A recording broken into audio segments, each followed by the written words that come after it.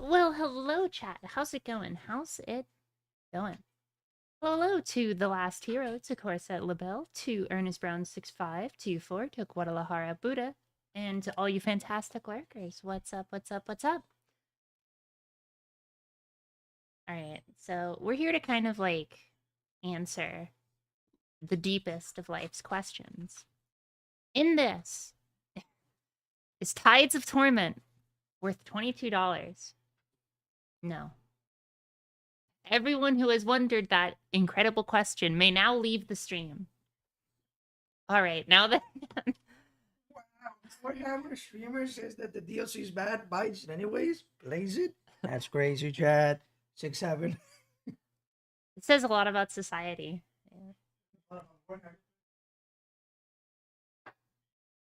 Tides of Torment just play the Chaos Door. True, big true, big true. You know, the Chaos Dwarf DLC was actually like not too bad. Again, it was a problem with price. I mean, you know, and honestly, just going over it today, like, what even is the fucking value of 20 American dollars, right?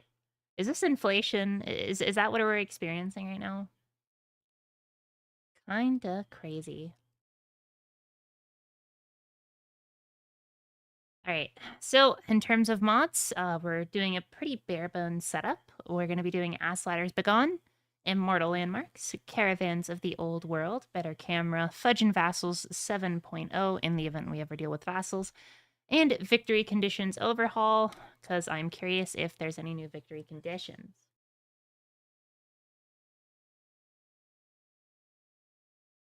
Oh, don't worry, I know the sites, Guadalajara, you know. Well, I mean, I wouldn't, but I've got some friends who... Never mind. Boop. Alrighty, and then we're gonna pop on over to game capture.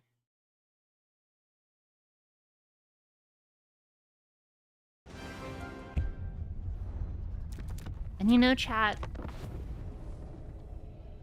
I have many opinions.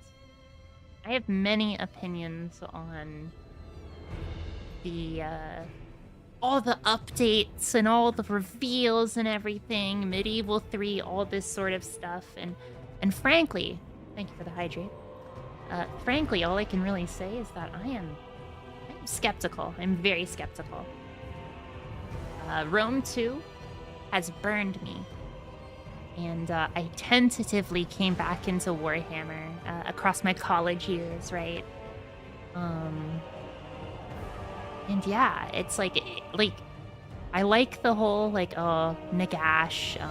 You know, you saw Luthor Huss in the corner, right? Drakenfell's confirmed. That's cool. Gotta love ya boy. But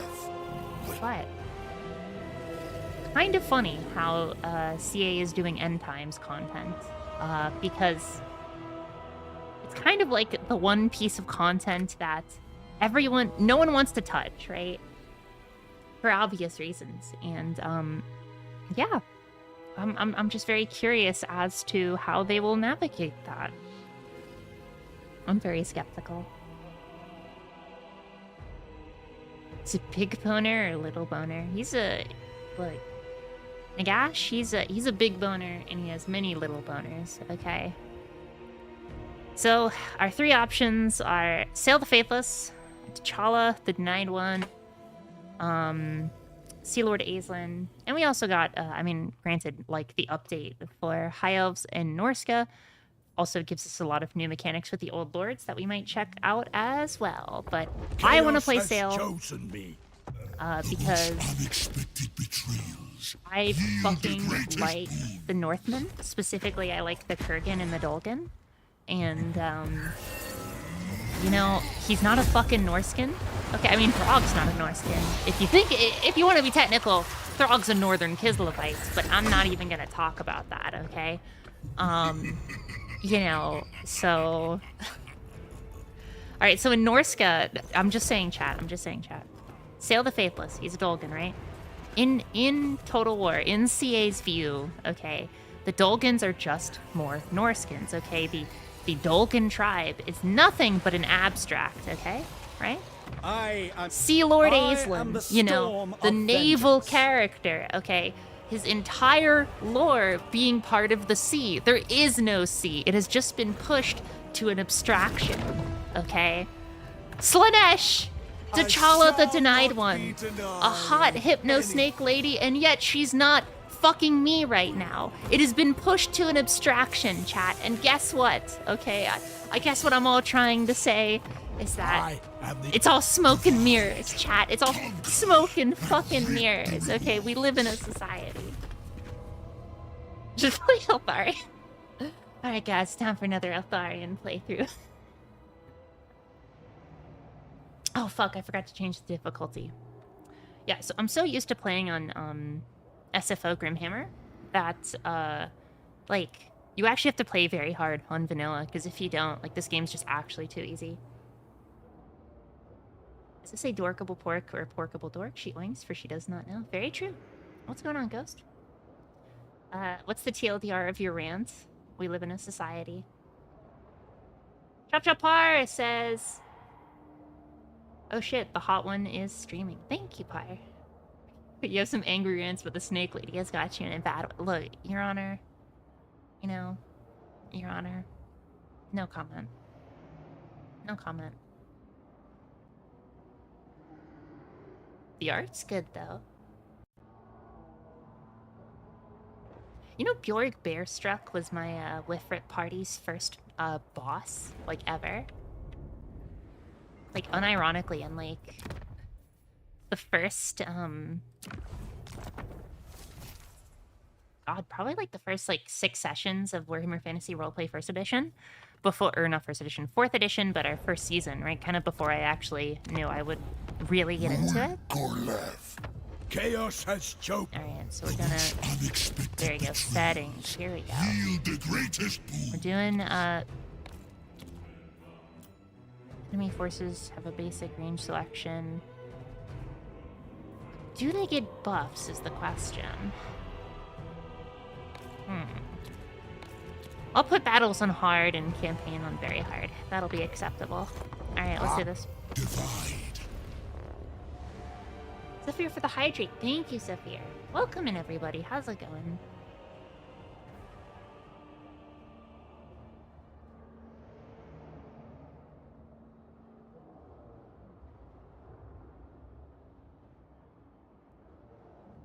But hearing 4th edition makes me...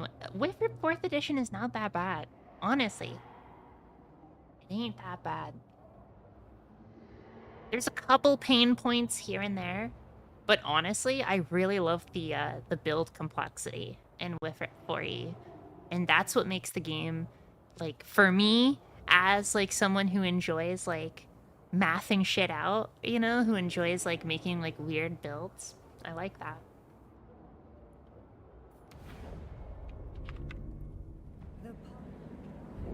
Alright, so we're your boy, Sail the Faithless. Take 5 turns this guy's campaign. Unnormal, just kind of rushing through and auto-resolving everything. Hilariously, I managed to confederate Village by giving him one of these settlements. And the fact that I was able to do that is fucking ridiculous. But whatever, because he's stronger than me. Classic CAAI. But whatever. It's fine. We're playing on a harder difficulty, so hopefully, you know, see how it goes.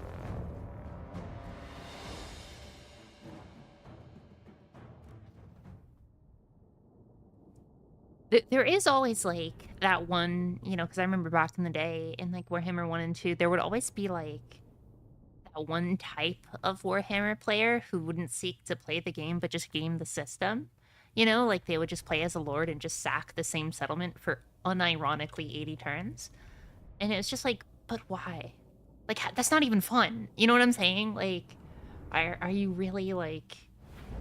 Are you really into that idea of giving your character, like, an extra 30% word save? Is it worth your time, you know?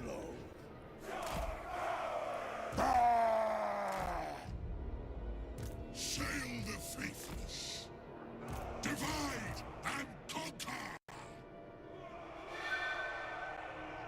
Horseman axes! Shaman of the Dolgan!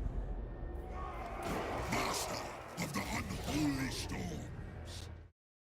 See the path to victory, and it requires only a little of your blood.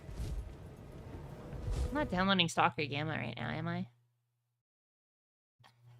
I was like, I'm getting some audio hiccups on your boy. Sail the faithless. Yeah, but Sail looks pretty fun. He's a master of heavens and shadow magic, as you do, as you do. Rune caller. Got a little character, a little rune caller here. Little man. A cursed Etin with enfeebling foe, doom and darkness, and flock of doom. Fantastic AoE potential alongside some solid debuff. And doom and darkness for when we need to break a line. I'm getting some hiccups. God damn.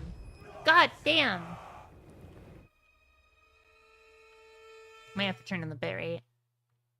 Or the graphics. I don't know. I am running with a 4090 right now, so I thought I'd be able to do it, but we will turn the shadows down to high because maybe having extreme shadows was not a good idea. And then I will turn off screen space reflection and I don't know, probably low fog and SSAO. That seems good. I will also turn on MSI Afterburner. So I can do some overclocking and some fan shenanigans. You know, I guess so. I mean, I'm at 53 Celsius. Like, there you go. Turn that fan up. Thank you.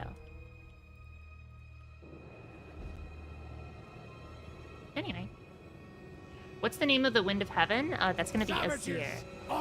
A-Z-Y-R.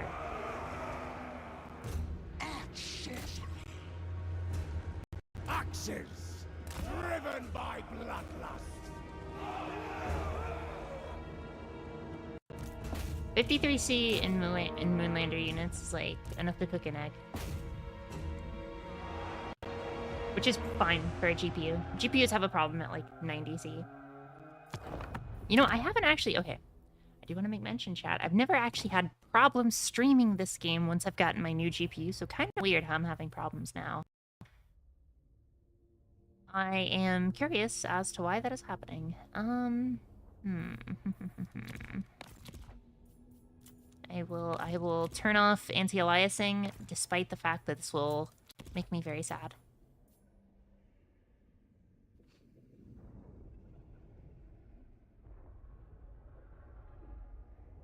But yes, the Wind of Azir is the art of heavens, of storms, of divination, right? Human wizards who frequently fall into the Wind of Heavens find themselves increasingly filled with kind of aloofness and kind of looking ahead, paying attention to the present, that sort of thing. Very good. Too many Chrome tabs of Hypno streams? Maybe. The Hypno streams are too much. Hypno streams. Words. What are they? Cursed with power. Dismember them! Chaos Marauders! Escape retribution! Touched by chaos. Pyramid of Urslow!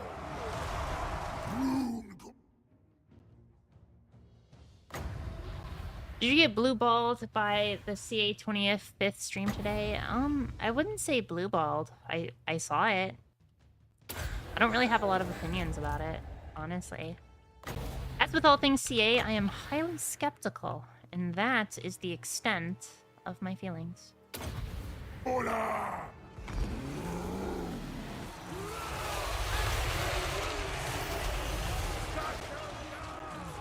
Vermin of me turn down the bit rate.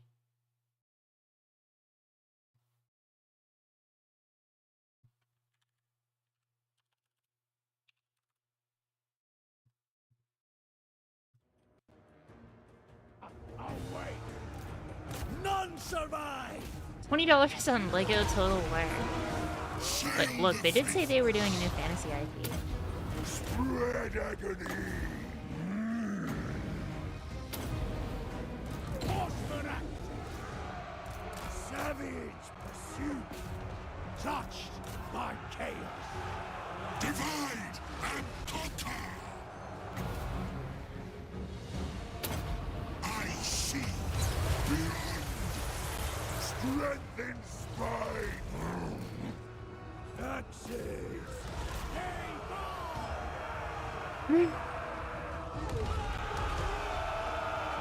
Retin rune cola. Death comes. Bearmen of Urslo!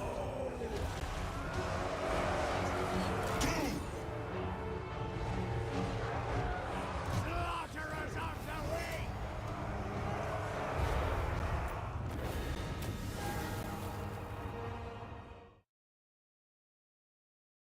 Yeah, not too bad, not too bad.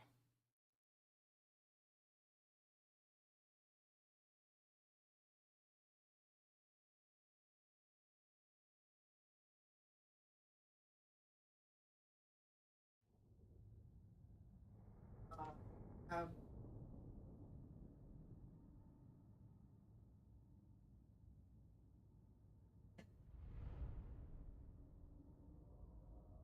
forget that if you have been use a calc. Thank you. What does calc stand for? It's slang calculator. Oh, interesting. Okay, so for those new in chat, calc is slang for Slang for calculator. Okay. Chad, she feared what I was gonna say, and that's why she muted. She's a coward. She doesn't calc. They belong to me.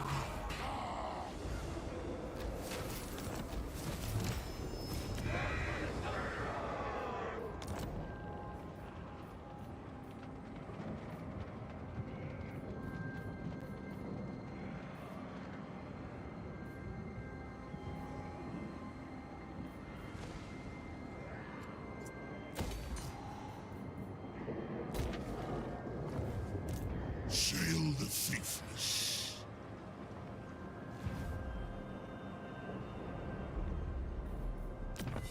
I have led Okay. you to glory. Let's see here.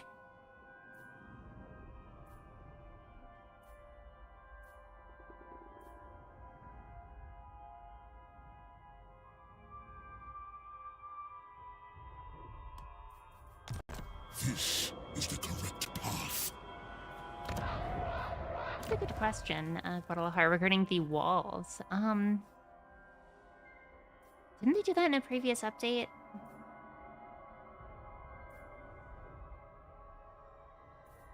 Because it doesn't look like that these add walls to a settlement.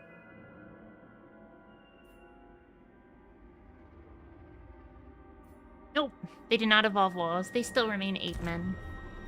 The fucking tariff, like, 8 men means.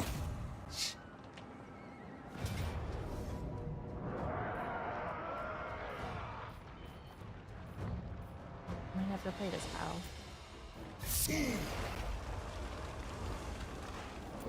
Oh my good golly gumdrops. First the moo boy, now my cat. Then JC in chat.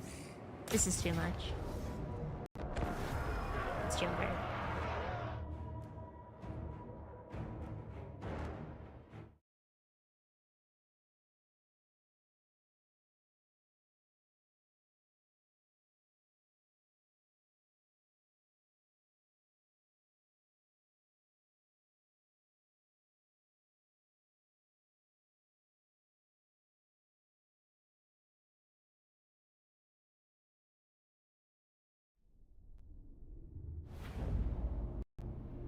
To my knowledge, Ind is just filled with Cathay, like Cathay Over the steps. spin-off factions, Guadalajara.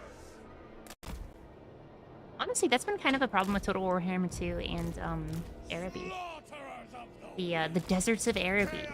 filled to the brim with colonist Bretonians and Tomb Kings. You know, this is actually, I actually saw this comment earlier, and it made a lot of sense. Where I was in another stream, and someone was like, I was watching another stream, and someone was like, you know, it's really funny how C7 has like airbends like everywhere in there, in Whitford Pori, right? But CA for whatever reason doesn't. Like they're just afraid of depicting Araby, I guess. I don't know. They name me faithless, yes, but do not dismay. I trust in your skill and in our victory. More eternal. Flee!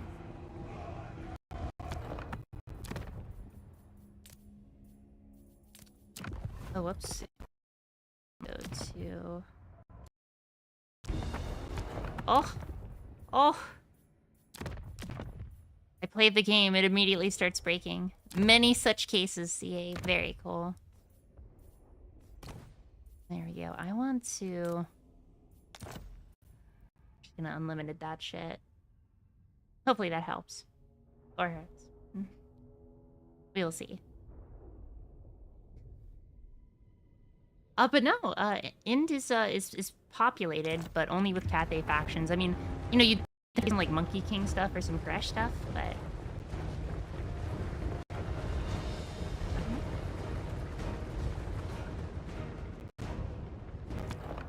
it got worse.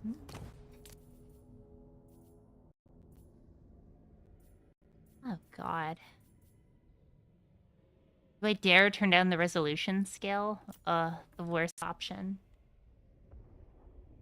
Steve Strangelove says CA needs to work more on their optimization. To be fair, I am streaming this to both YouTube and Twitch, so that's probably a big part of it. But yes, Warhammer 3 has always been my my weirdest streamed game when it comes to like you know, actual quality. I mean, like chat, I want you to pay attention to my graphics card here. I want you to pay attention to 24,000 megabits here. Right, 24 gigs of VRAM, NVIDIA GeForce RTX 4090. I have this shit plugged up to like, to a water cooler. I'm running cool, right? It is purely optimization. Iron-hearted.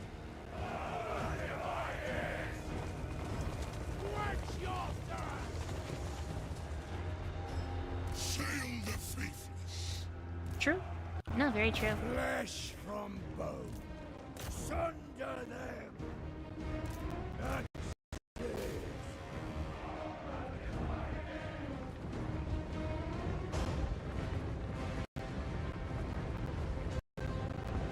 Good lord.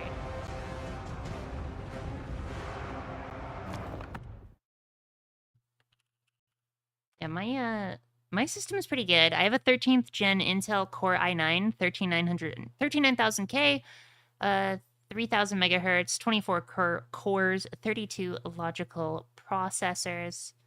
I've got like 2 terabytes of M2, RTX 4090. So like a pretty like pretty rigged out system, honestly.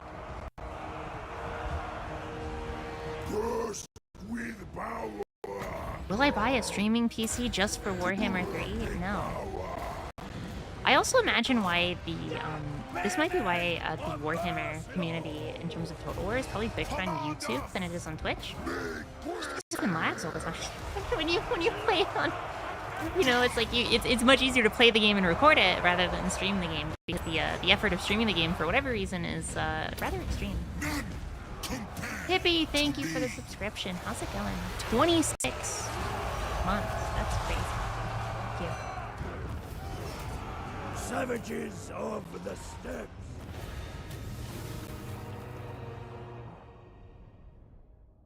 How's it going, gamer? How's it going? Great to see you.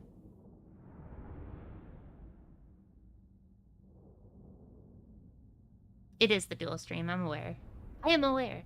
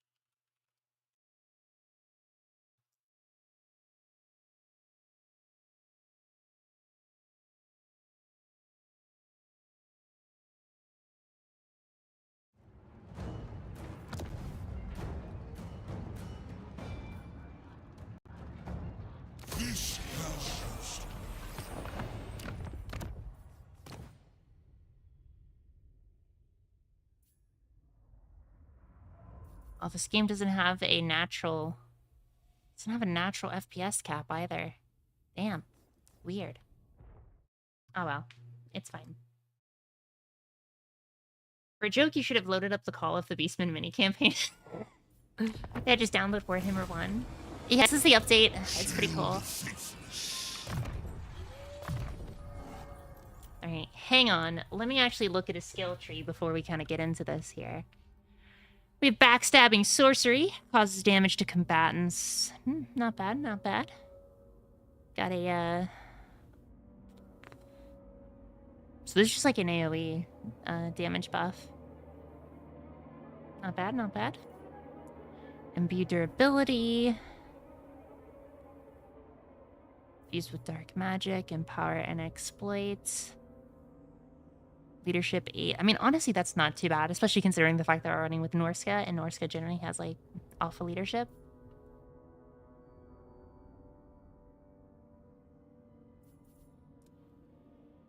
War Mammoth with War Shrine. Isn't that, like, the big thing for this DLC? Leader of Dolkin, Ardent Abominations, Dreadful Master. Kind of want to get that. And then, of course, in the conquests, I know we have a new Chaos Waste added as like a new conquest research. So, you know, if we kill Slanesh, we get this one. You know, it's all the factions, right? All the Chaos factions. Honestly, though, well, chat, I can already see that we have some bugs. Very curious. Very curious. Win percentaged battles against Khorne. I wonder what that means. How many battles percentaged? Okay, that's cool. Alright, well, it's only some factions that are percentaged battles. Is it because I haven't, like, discovered the faction yet? I'm going to assume that's why I haven't discovered a faction of this type. Because there's numbers for some of them.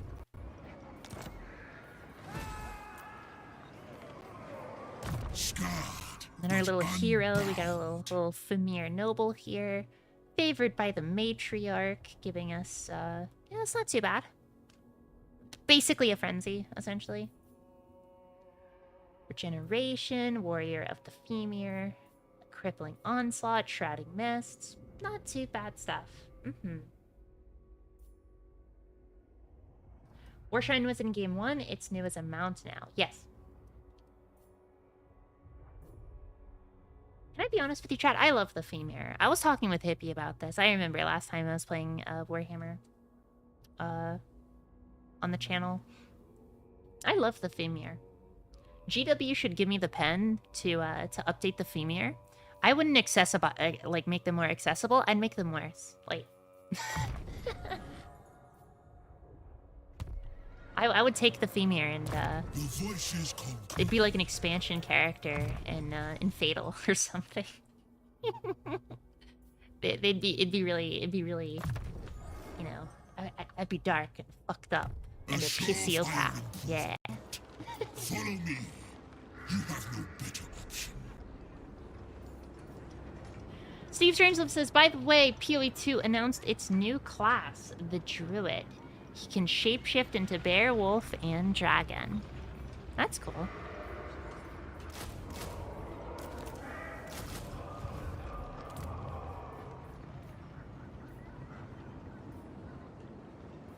It says growth 10. Is that... Well, it has to be for the province, because growth is provincial. That makes sense. Let me see here. What do I want to do?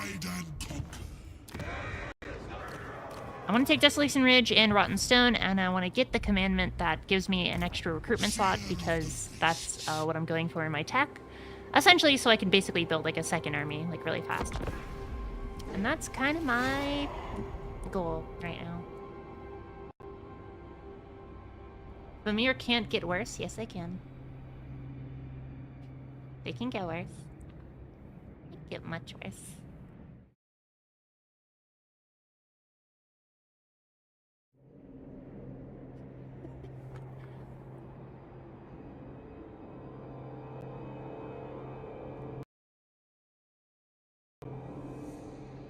Game just crashed for a second there. How horrifying.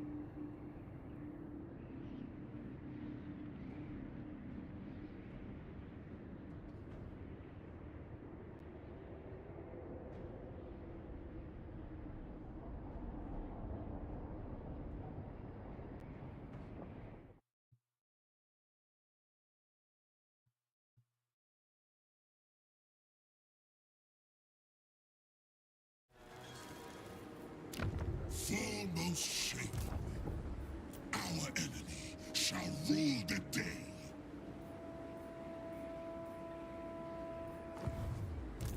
Shaman sorcerer. Scar. What's my range on rating camp? 25? So be it.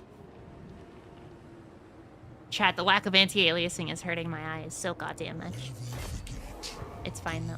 43?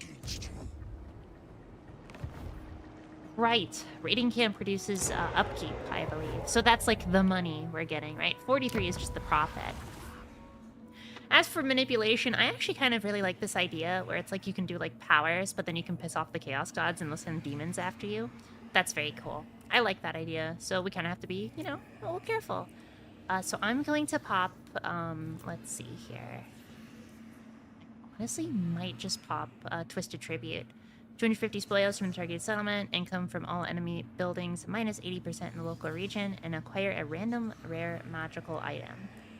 I'm gonna pop that in Bloodwind Keep, so basically reducing their income, making it harder for them to recruit troops, especially because these are Chaos Warriors, and they're, in my estimation, a bit stronger than Norska, so...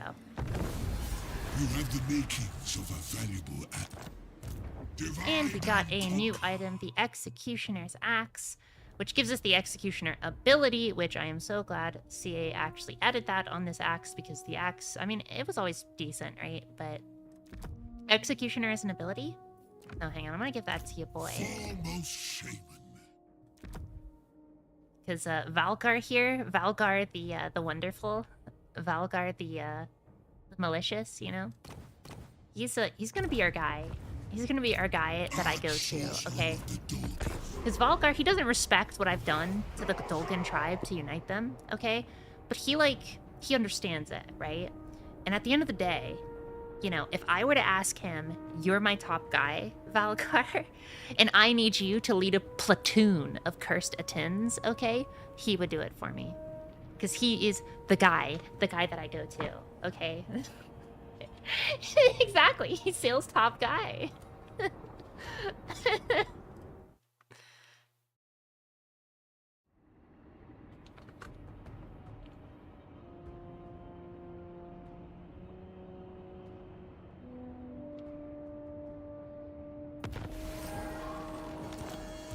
Shaman sorcerer. Advance! Now!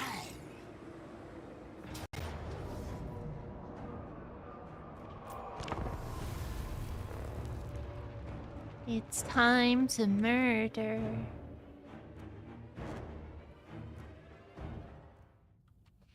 Chat, I keep seeing this gif of the Sisters of Twilight in SFM porn. It's pretty good. I mean, not that I would now. Even though I'm the one who just told you it. Ignore me.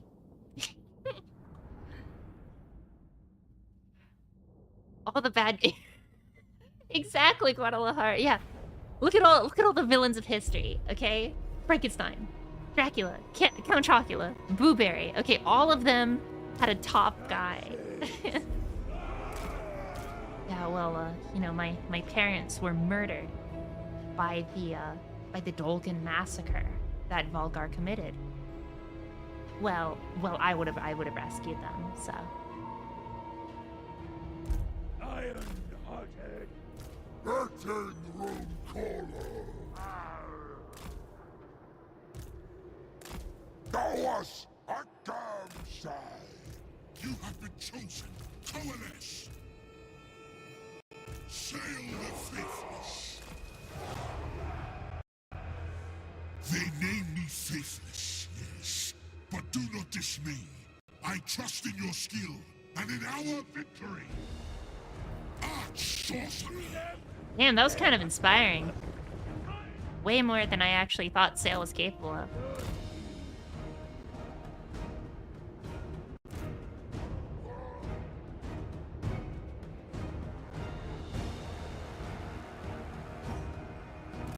Horseman active, driven by bloodlust. I will. Divide and conquer! I guess it makes sense he has spell mastery.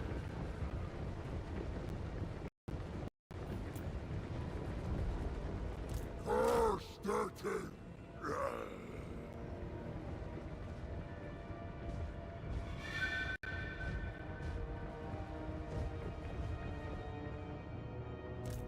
Axis, Bablade's thirst. Before our axes run. Master of the unholy storms! Slaughter awaits. Chad, I might be stupid. Hang on. I'm gonna see if, like... I'll try running this game in window. Maybe that will help. So instead of focusing on streaming the game, it's just streaming, like, what I'm seeing. You know, if that makes sense.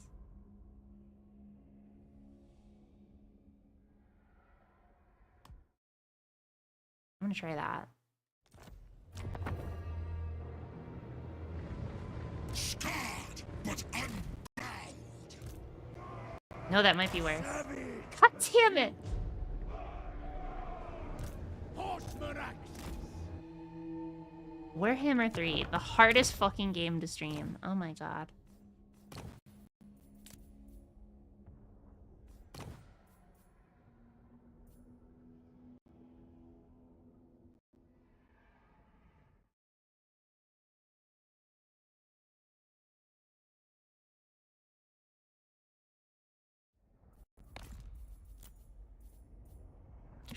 We're just gonna turn everything down. We're just gonna kill him. We're just gonna kill him. Ultima says, I've been waiting all day to get out of work to play this DLC. Well, I hope you have fun with it.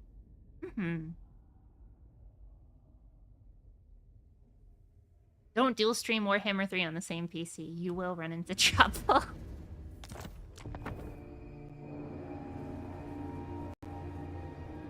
Sail the faithless! Oh my lord. Driven by bloodlust. Sunder them. No, those are spears. Is that input lag on my mouse? Oh my god. What is happening? Ah! Warhammer, please work. For the love of God, please work. It struggles because I'm moving the goddamn camera. I think it made it worse. I think you might be onto something, chat. I think you might be on to something. What if I, like... I don't know. What if I use, like, a...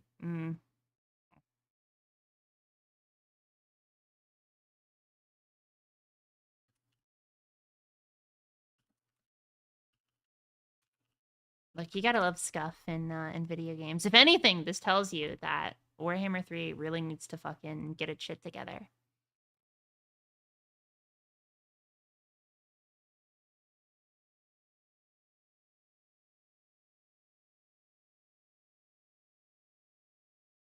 To be fair, okay, chat, another thing, right? The War Core engine. I don't have any opinions on that. I don't think it's going to be a cure-all. In fact, I think it's probably going to be the opposite, okay? Because it's very, like... I heard all the same promises with Rome 2, and I have been burned, chat. I have been burned, okay? I don't believe it for a second. No. Fame thou wast! Abandon the weak. What the fuck was that? It's just like, yeah, actually. Maybe if you played more retro classics. True. Yeah, old game good, new game bad. I think you have a point. So, apparently CA is making a new engine, which, finally. Because as we all know, the Rome 2 engine is made with sticks and cum and eagle feathers, and frankly, it's dog shit.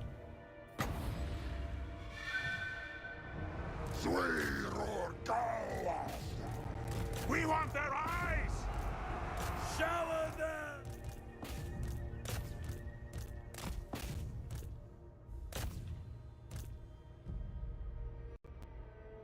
Can I be honest with you? Everyone hoping for a Total War 40k. It's crazy. I'm sorry. It's just, that's just the fucking truth. You're crazy. I'm sorry. You... Okay, game. Just freeze on... We're gonna turn the game off right now. Because I want to talk without having to... my entire model.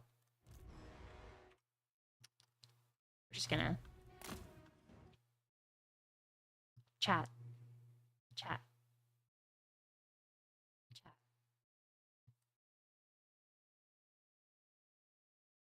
Chat. If you think Warhammer 40k Total War is a good idea, I want you to look at every time Total War, CA specifically, post 2013, has tried to make a dynamic system. Okay? A lot of people call Attila a good game. I tried to play Attila, couldn't get above 30 frames. It was made for future PCs. No, the fuck it wasn't. The climate change bug in Attila, still there. Total War, modern Total War, is fantastic at creating complex systems, but they are bad at making those systems in depth, right? So you can have like a faction have like 20 things about it in Warhammer, in Total War Warhammer. 19 of those things will not affect the map. They will all be shit that doesn't fucking matter. You know, it's like when I'm playing like Shogun 2 Fall of the Samurai, and I play that game, and it's like I research the ability to do line formations, right? For like my guys to like do like a kneel thing. That changes the game. All of a sudden the fire rate on even my basic units has radically shifted. And this allows new strategies. But in Total War Warhammer, you don't get a lot of those like moments, if that makes sense. They have been better with it. I'm gonna be, you know, I'm not like trying to be too harsh. But like, here's an example, right?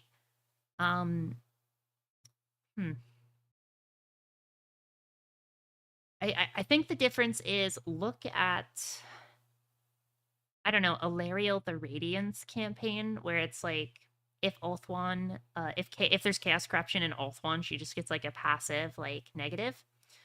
And then compare that to like, I don't know, Otharian the Grim, who you capture someone and you get these like radically new abilities for your faction, right? How it's like texts that usually give you things or unlock things or unlock quests are usually preferred over like 5 melee attack for a unit, right? Because it's literally the difference between complexity and depth, right? You can have all these systems, you can have all these things, but unless they actually affect things, it just kind of, you know, it's all smoke and mirrors. It's all illusions.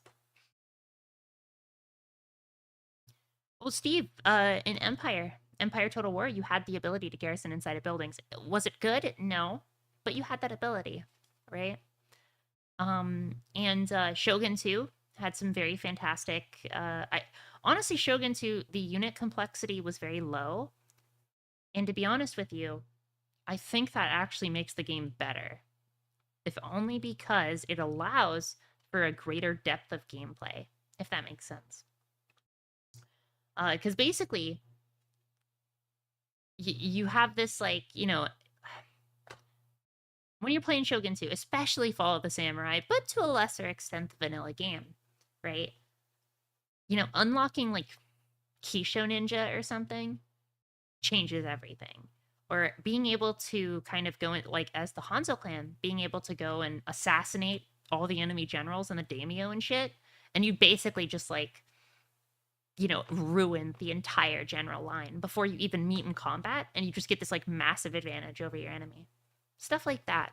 You just don't get those types of interactions in Total War. And to be fair, they are trying to change it, and I do think that's good. But is it too little too late? I don't know. I heard good things about T'Challa's campaign, her thrall system. I don't know why some people were complaining about the Chaos Dwarfs 4X system, because the whole system of like using the resources and the armaments and everything, that's actual like depth, right? Like a complex system, but a not depth system where we have the same resources, but they're not needed for anything important. That would be like an example.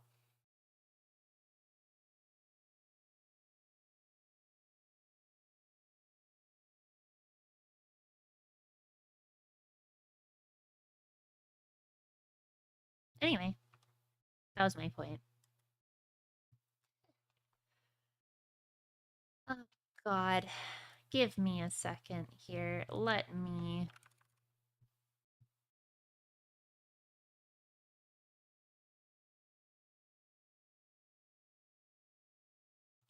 Chaos Dwarfs are bad because I could do Random's Dark campaign. I don't know what that means.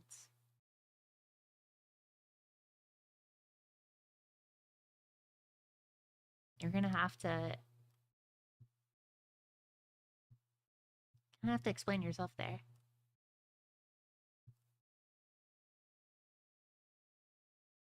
It's fine. My hands are always wet.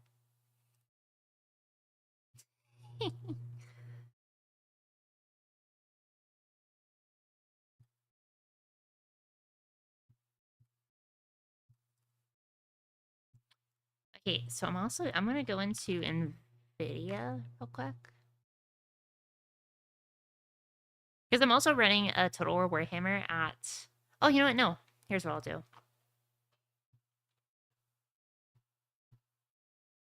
I will change the FPS. I remember this now. So one of the things I've been having is that if I stream at a higher monitor refresh rate with Warhammer, I get a bunch of lag. I do remember this being a thing. I am just gonna... We're gonna do some adjustments here.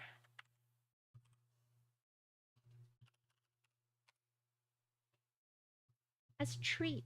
As a treat. Yes, chat, my highest monitor is 74 hertz. You know, I am ready to take in my gamer cred. I am ready to remove my gamer cred. You know, I have my rope, okay, that I'm going to use on myself. All right.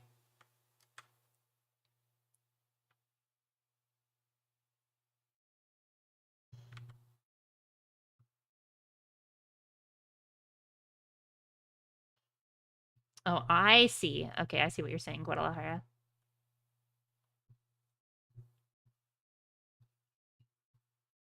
That's true. That's true. Eyes can't see more than 2 FPS. A Redditor told me that.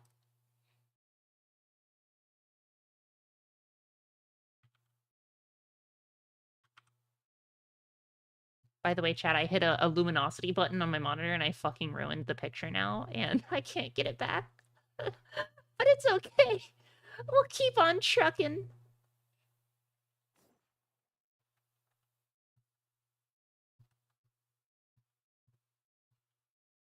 Keep on trucking. I don't give a fuck.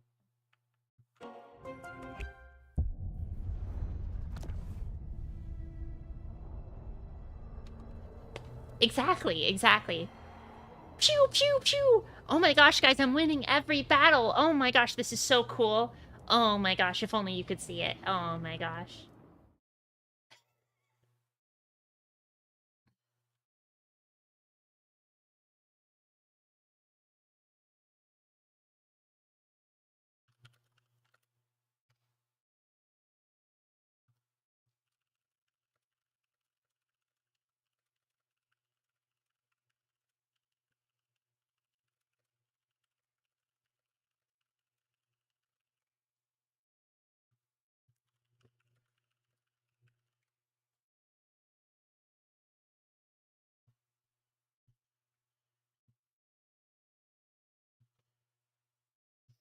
I'm imagining you chain stacking the first time to get to level 50 in 20 turns. Yeah. Mm-hmm.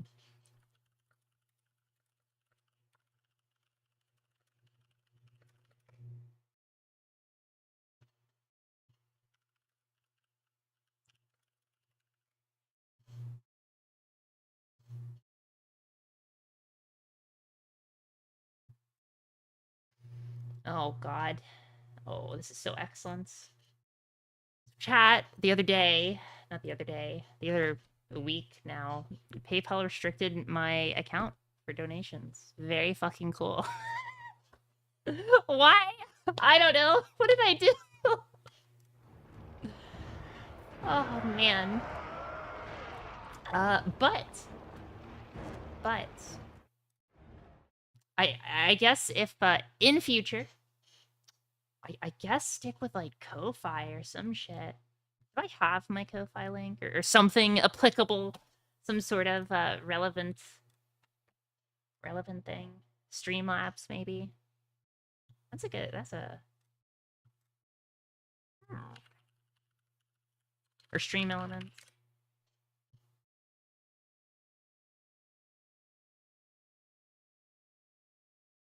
Well, whatever. It's fine. I will deal with that later. I'll deal with that after stream. But for now.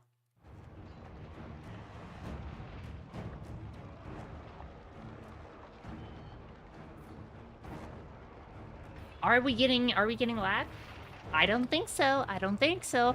Was it because my monitor refresh rate was too high on the stream? If so, very funny. I'm hoping and praying, chat. IRC, you said Splinter Cell Blacklist wasn't the best game in the series. I'm sorry, it's not. Blacklist was just Conviction, but better.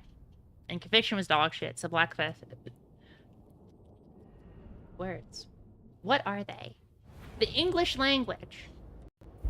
I am supposedly fluent.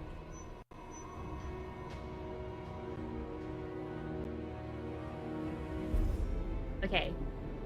We are getting a little hiccup here and there, right? But it looks smooth.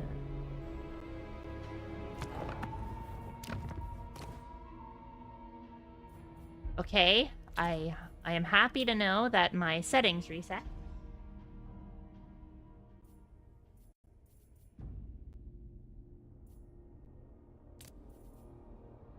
I'm going to turn off shadow settings. That's true. That's a quote by Qui-Gon Jinn. Just because you can speak doesn't mean you're intelligent or something. Something like that. You know? I really resonate with Jar Jar, right? Just like him, I always step in the poopy. You know? Eternal. Like, oh God. Society. Sail the faithless.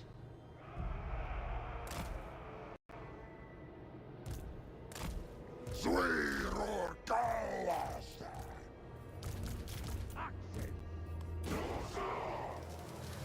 As planned. Savages of the steppe, driven by bloodline.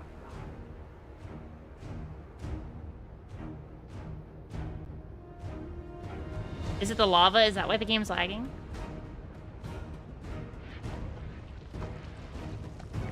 It actually seems to be better.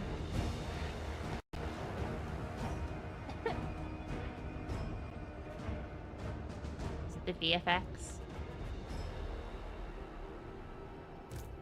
Horseman axes.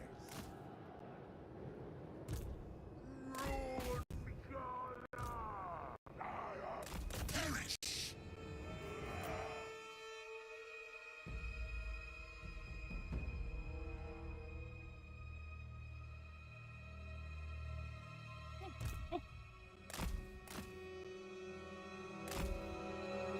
What the fuck is a Kerstetten anyway? I know he's from Forge World, but like, that's all I know.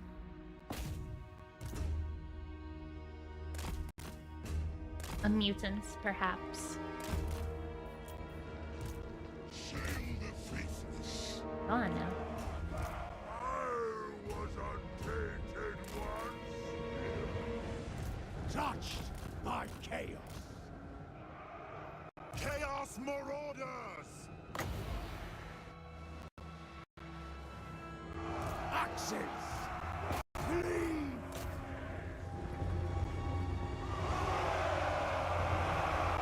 War eternal. Sorcery!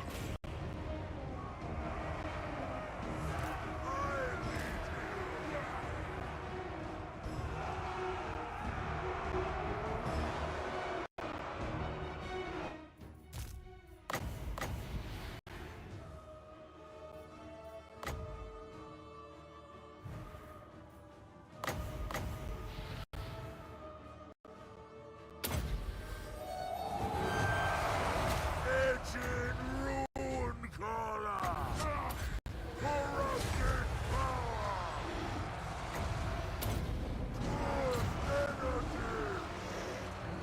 I gotta say, a cheeky Etten rune collar, not too bad. Just kind of sneakily get a little route in the back. Killers of the North. Fear never ends.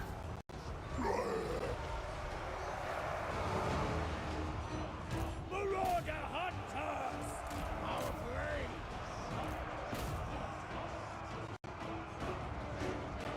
Divide and conquer! I see beyond. My power is immense.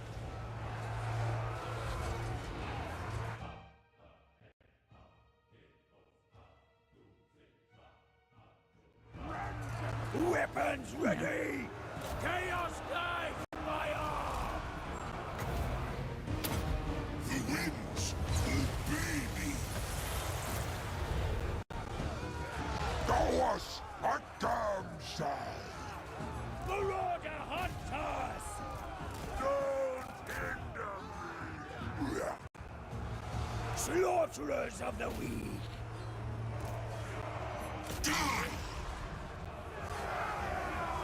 Rune caller. Oh, God. You have been chosen.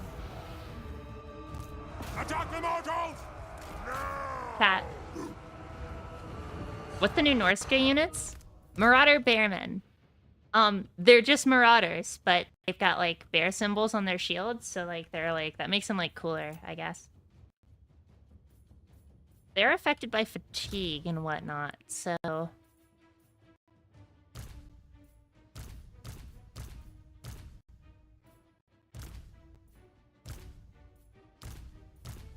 they're tier 2, but their main stats are worse, but they have armor. It's basically just Marauder with armor, essentially. Marauder hunters. For chaos. None compare to me. To be fair, the Norska in the update does seem to be kind of cool, like the spoil system and everything. I do like that idea. But yeah, no, 100%. Like, if there are many moments in CA's history where you can be burned, and you know, really, I think it just comes down to like what's your threshold as a consumer, right? Marauder hunters. And be honest with your Send chat. us in. My threshold, very low. I mean, very high, I meant. If it was low, I wouldn't have bought the DLC. I'm a masochist, okay? Alright.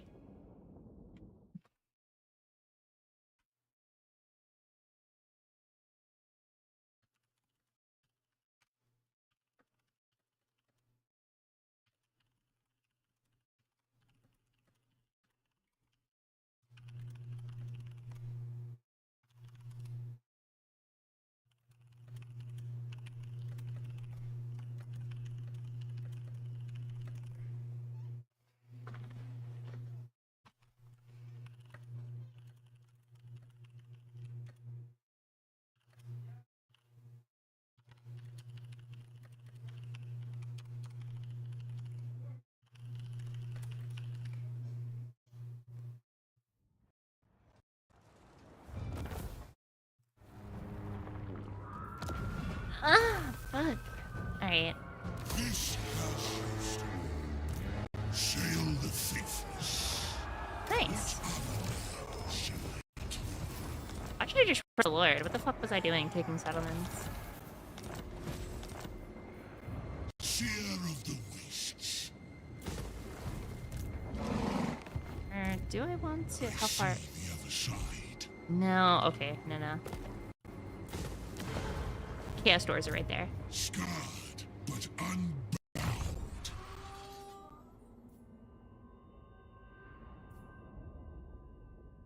Occam's Mind Racer, Chain Light. Kind of sad that we don't get Pit of Shades. We don't get the Giant Vagina spell, but that's fine. Whatever. I didn't want it anyway. And then as for our red line... Here's some more... Is there anything here that looks like new? I don't think so. No, these are all like typical Norskin stuff. It's really like this top line here. Specifically, Dreadful Master, Ardent Abominations, right? To be fair, Shadow and Heavens, that is a very fun lore combination.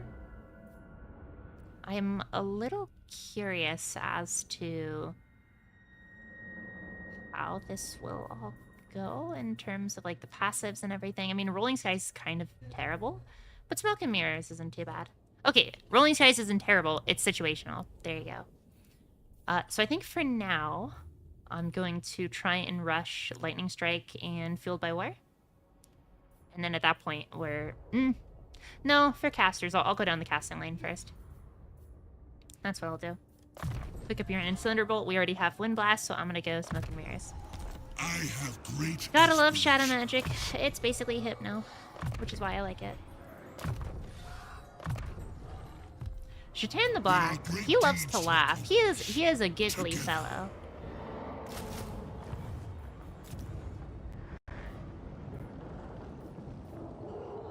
Why not get Route Marcher? So, okay. After I get Call the Horn, I'm gonna go over to... Where is it? Here.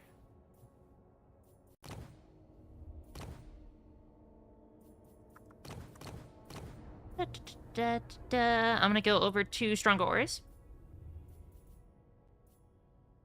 And that will give me the 5%, and then I can get that additional 5% Shaman sorcery. from level 1 when I get Route Marcher. But I mean, I am just gonna rush the spell line, just because I want to get that done as soon as possible. And honestly, I'm gonna be spending these early turns in settlements, right? I'm not gonna be traveling a lot.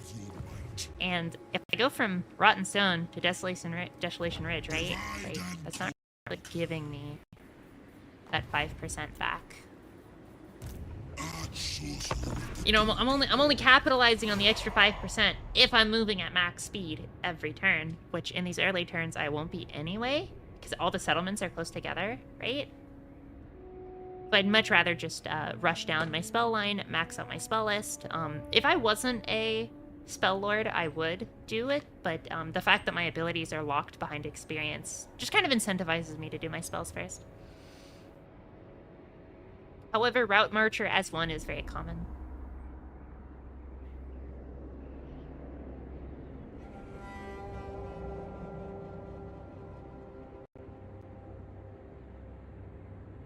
But once we kind of like start like, you know, taking over shit, at that point we'll have a lot of campaign movement range from the technology as well, so it will all even out.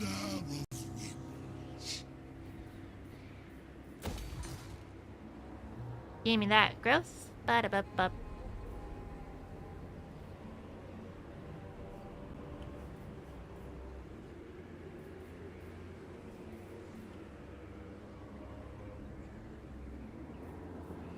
Foremost shape.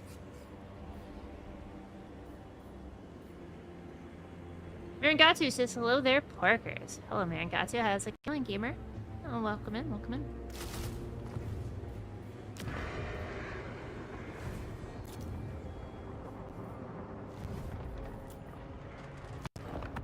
We are playing an admittedly scuffed and laggy version.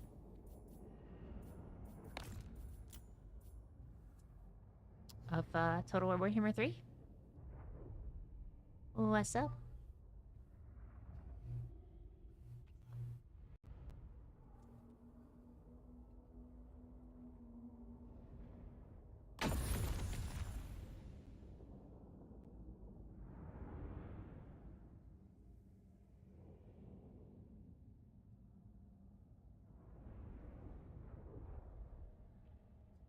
Oh gosh, hang on. I'm trying to fix my monitor. After I changed the hertz, I changed the luminosity. I'm trying to like get back to it. Oh god. This really is a society.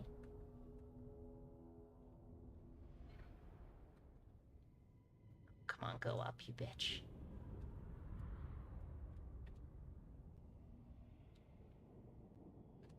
We have Christmas parades the following 2 days with the Highland bands. Oh, awesome.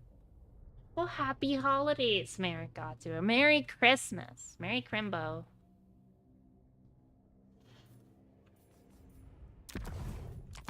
You know, I may not be particularly religious, but there's no excuse not to engage with some lovely festivities. Bagpipes practice. Interesting. Cool.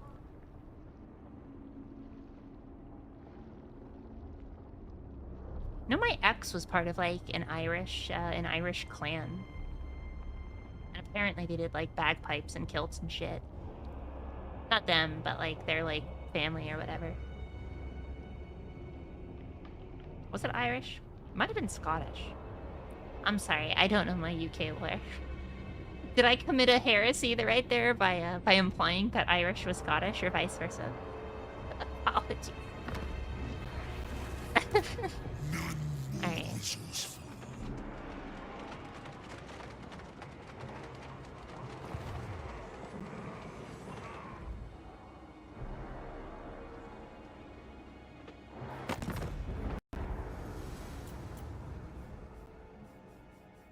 Whose praise are Putra? Uza subjugitas.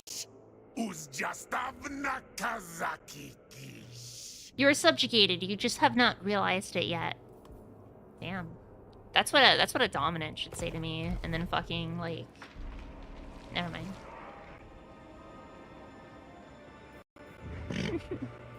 I don't want to eat haggis, please. This is so sad. Alright, I'm gonna make Lothar's Vigor really tired and reduce his stats by like 10 to 15%. Declaring war while having treaties or shortly after breaking them. I have stepped into the realm of What the fuck have I chaos done and with you? return. Absolutely nothing. This is just the game trying to prevent me from attacking you early on. Well, guess what? It won't work. Fuck you. Bye.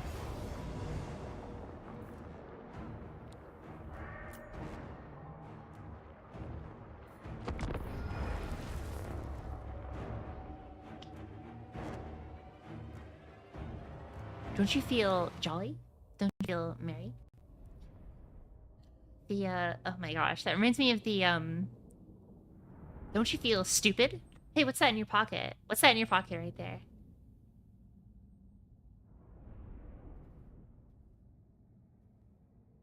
Fuck you, stupid game. I am pork. I don't play your stupid game. That's true, that's exactly what I say. Marangatu asks, opinions on Medieval 3? I'm not expecting it to be good.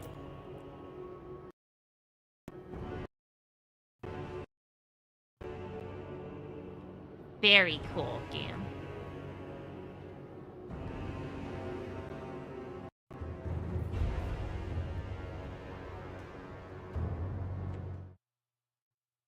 God damn.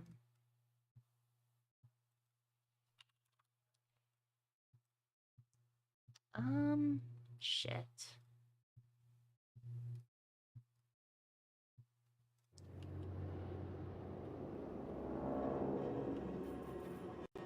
Touched by chaos.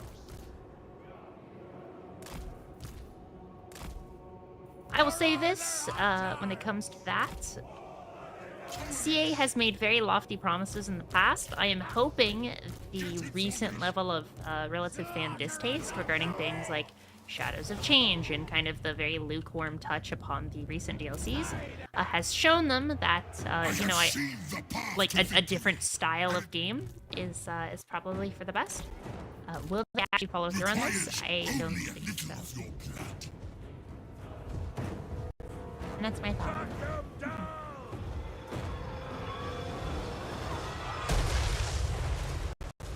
Sail the faithless.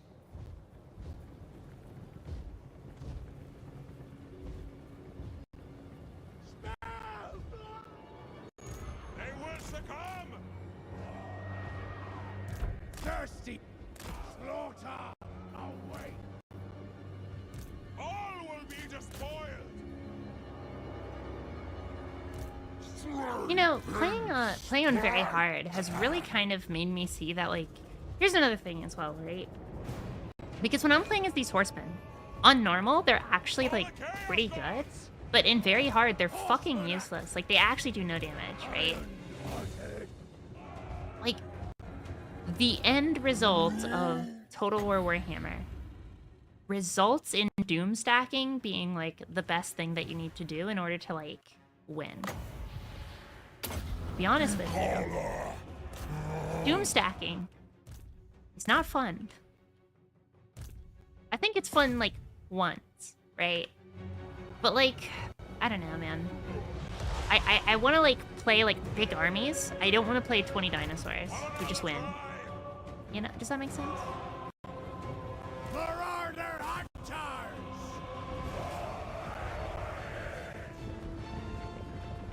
Steve, so they need to make Total War One Piece to cash out for eternity. True. I've never watched One Piece, but literally everyone who's watched it, like, despite the length, says it's very good. Also, Ascended Champions, some of my favorite units. They're not that good in vanilla, but I love the idea of, like, you know, characters that have kind of ascended beyond Chosen and have become heroes in their own right, but not enough to become Chaos Lords. Very cool. Silence for chaos! Take it, Stamina! I will say, chat,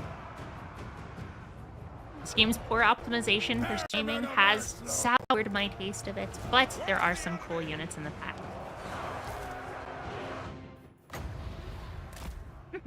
I go! Killers of Get range of my axes there. What I'm gonna do here.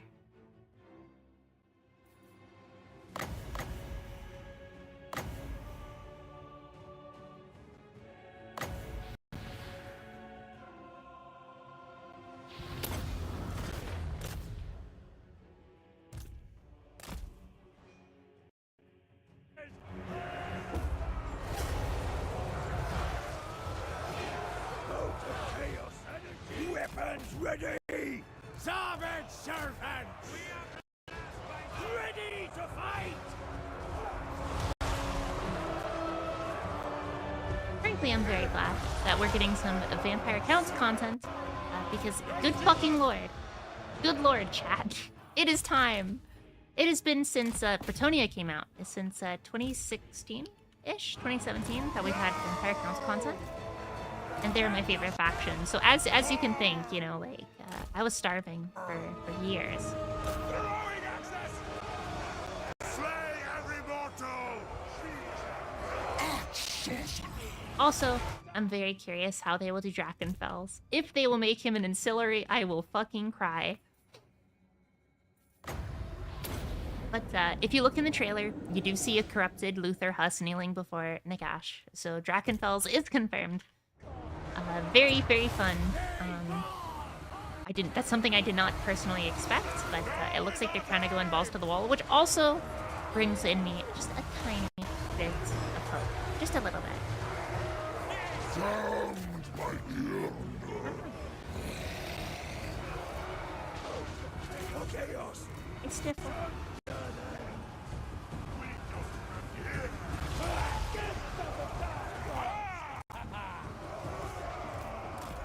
I mean, I'm like,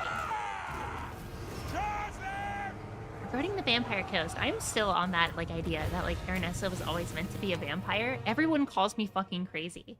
Everyone does. They're like, Porky, you know, take your meds, okay? This is you being, like, gang stalkerish, okay? Like, you know, she was meant to be a vampire in the DLC, I promise.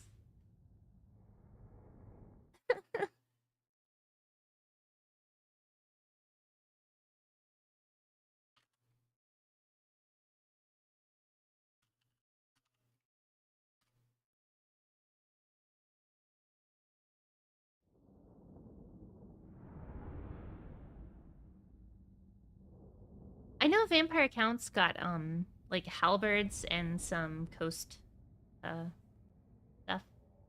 Can a vampire be a chaos follower? Depends on the lore. So if you're going, like, end times, we do have, instances of, like, Blood Knights following Khorne and shit. But, IMO, okay, so this is kind of my interpretation of vampire lore, shall you say. When you become a vampire, the art of the blood kiss destroys your fucking soul, okay? Same with the process of lichdom, right? You have sacrificed your afterlife for permanence on the physical plane, right? On one hand, this does mean that the Chaos Gods cannot touch you, right? They can't take your soul. There's nothing to take. Because if you ever killed, you know, a competent enough necromancer or cabal of necromancers, based on the damage of your body, can bring you back, right? With that said, a vampire can still worship the ideals of chaos and thus help chaos in that manner, IMO, right? But I don't think their aid will actually, like them praying to the gods, that won't do anything, in my humble opinion. Now, granted, in end times we do see this to be different. However, it's also end times, and fuck end times, so who cares? The gods will be Ron Devil says, hi porkers, just got off work, so decided to check your stream. Well, welcome in. And there's only one settlement, so I'm going to release him for the spoils. sail the faithless.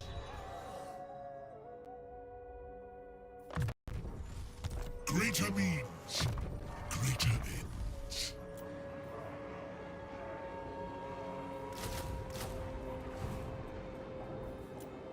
Can you say swordfish weird like Aranessa does? Ready the swordfish.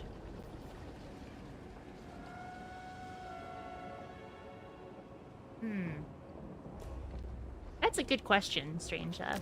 Shaman sorcerer.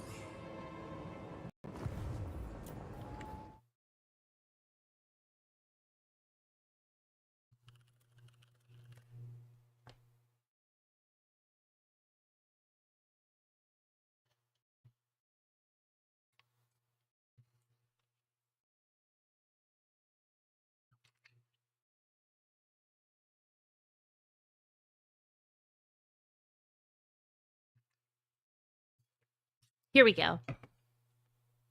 So, and granted, it's important to note that, like, the exact truth is probably somewhere in the middle, right? What happens to the life and soul of the human during this transformation is unknown, and every vampire that speaks of it has described something different. Some mortal priests suggest that they enter the Garden of Mora, but are turned back by the god because they are an abomination to his sight. Scholars and wizards sometimes talk of them moving between the realms, trapped forever between this world and the next. Whatever the truth, every vampire awakens with a newly forged spirit. They retain the thoughts and memories of the mortal they once were, but within them now is a dark beast, driving them to hunt and prey, to revel in their every twisted vice, and to glory in all their dark desires. Some see this desire as a separate force, the beast within, whilst others believe it is simply the benefit of no longer being burdened with the weight of a soul.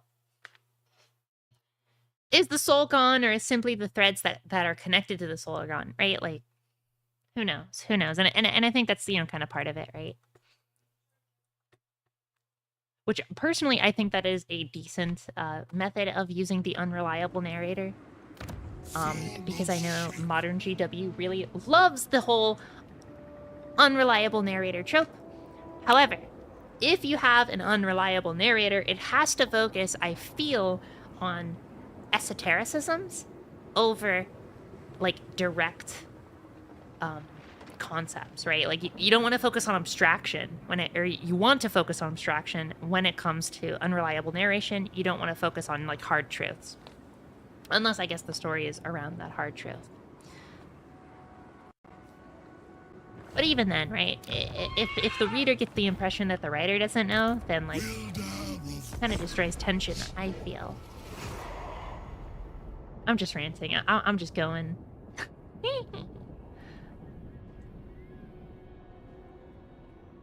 I'm just going, chat. I'm just trying to change the luminescence on my fucking the luminance on my fucking monitor. Words. Words. What are they?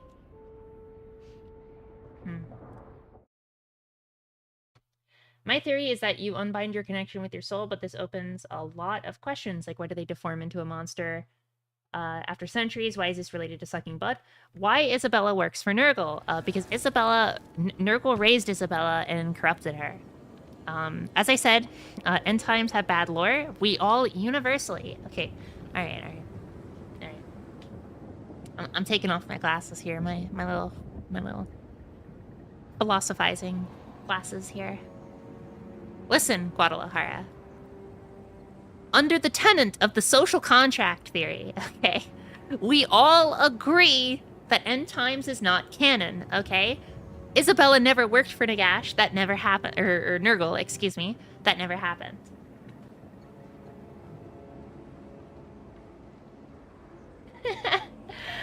Jerome Devil says, I don't know. She noted the Chaos Gods absolutely despise the undead and want them annihilated.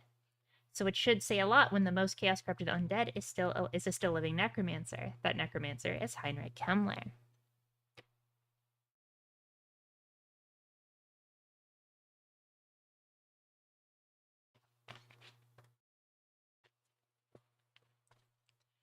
Honestly, if you are now navigating the sort of the labyrinthine of lore, I think it's important to like stick with one source. You know what I'm saying? So like if you conceptualize Warhammer, right, as this like as whatever it is, right? And you have like 3 things from Wifrip 2nd edition, because that's a very common lore source. And you know, some of the 8th edition books, for example, like the novels, right? It's up to you to choose, but you gotta stay in one lane. And if you do that, generally you won't come across too many, like the T's won't become crossed, right? You won't hit no perpendicular lanes. So yeah. Oh my god, are you the person that General Sam follows on Twitter? Shut the fuck up, JC. Yeah, I like General Sam too, yeah. Oh my god, did you take a picture with him? I did. Oh my god, you're so popular, you're so cool. Shut the fuck up. Oh my god.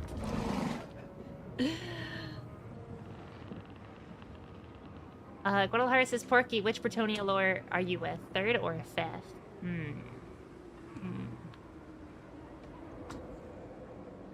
This is a good question.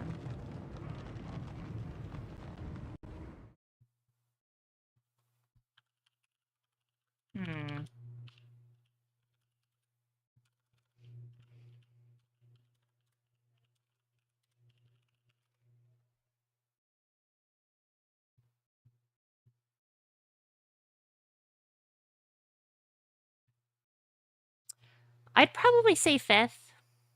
I really like Arthurian legend, and that's kind of like the core of why I like Bretonia. Just because, like, you know, getting into Warhammer, right? I would read like Sir Gawain and the Green Knight and stuff like that. And while I do think that that's a little more uninspired by comparison, right? Like I get you if you prefer 3rd edition. 5th edition really just kind of like it hits that niche for me.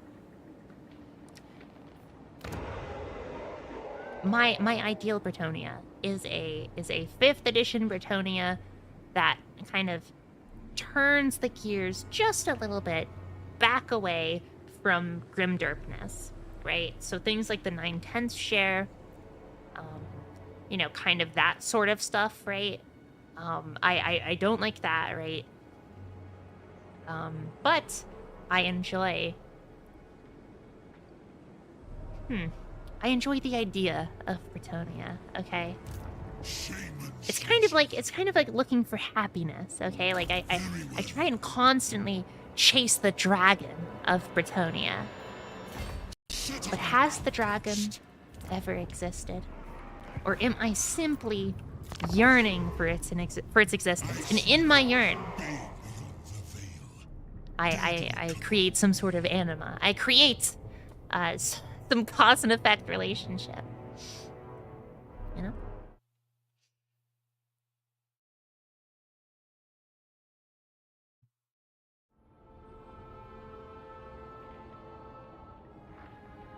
But when do Vlad and Isabella revive? In end times? Interesting, it's not canon. The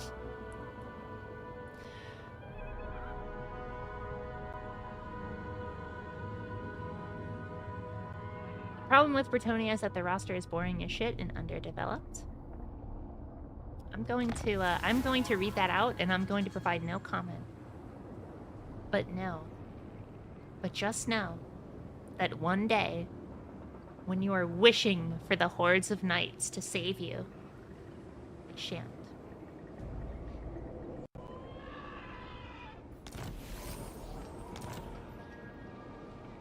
Oh, okay, I see what you're saying. So, the von Karstein ring, right?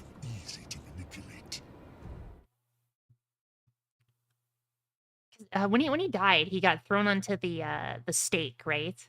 I've always kind of associated the Karstein ring resurrections as like not true deaths, you know. Maybe that is a what's the phrase? That would be a deliberate me looking beyond that situation. But yeah, I mean, I don't know. He's got a powerful as fuck ring that prevents him from dying. He loses the ring, he dies permanently. And that's what we saw, to my knowledge. Or at the very least, as permanent as you can be, under the auspices of vampirism. Let's we're looking up lore. Let's take a look-see here. Let's take a look-see on the Karstein ring. The classic, stolen by Felix Mann. I always want to call him Felix Jaeger, but that's a different novel.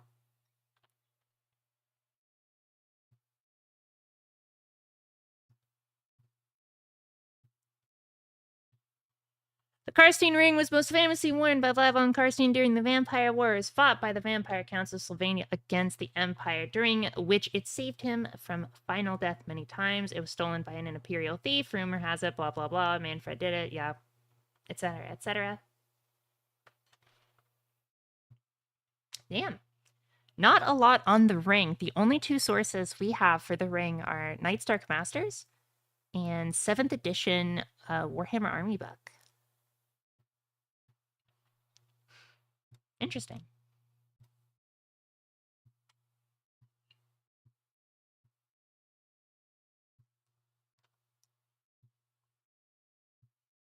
That's okay, Porkers, because Empire gunpowder is better than Bretonian Knights any day. Look, alright.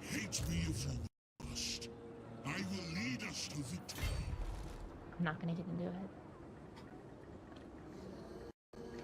There is weakness everywhere.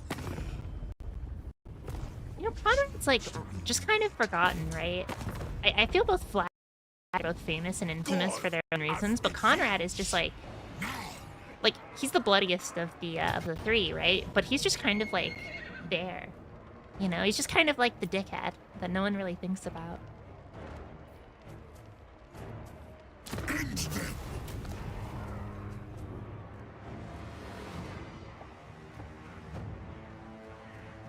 Alright, so we have to raise Chaos Altars in order to do this. Should I do it, or should I take this?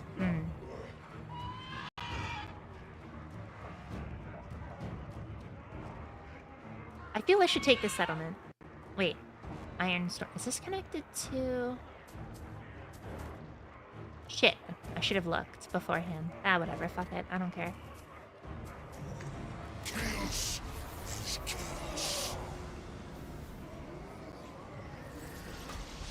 The future. For most, an ephemeral, shapeless thing, formed of hopes and fears and petty ambitions. For a chosen few, a path laid out for them by the dark gods. For you, however, it is not formless, nor is it a single path of another's choosing. You have seen your many futures and all end in blood. Your blood, decades of lies and betrayal, have made you the undisputed master of the Dolgan lands, but with more enemies than even your twisted sight can fathom. Thus far, the servants of chaos have been as malleable as your imagination, which twisted their wills and beliefs with endless inventiveness, but now you must draw power directly from its formless, chaotic source, and your erstwhile puppets may not take your actions in good faith.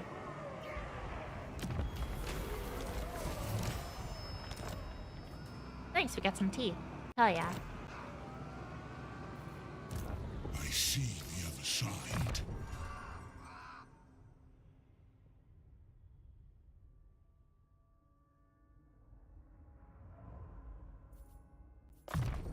I have great aspirations. Pretty much, Steve. Pretty much.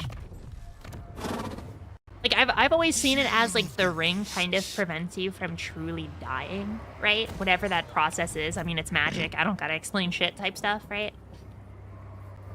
And kind of acts outside of the process of vampirism, right? It's the exception, not the rule.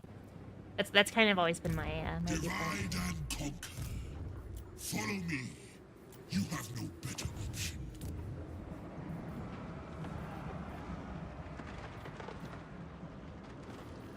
Now, granted, I don't think Vlad should have attacked Altdorf the moment, or what was it, Altdorf? I think it was Altdorf. He shouldn't have attacked Altdorf the moment Felix stole the fucking ring, because that is bad news bears, right? And then at that point, all it takes is a bunch of high-tier priests and some suicidal battle boy, and boom, you know, down onto the stakes below. We're playing as Sail the Faithless. You know, I don't know if you guys know this, but, like, one of my favorite Norskin factions is, like, the Kurgan.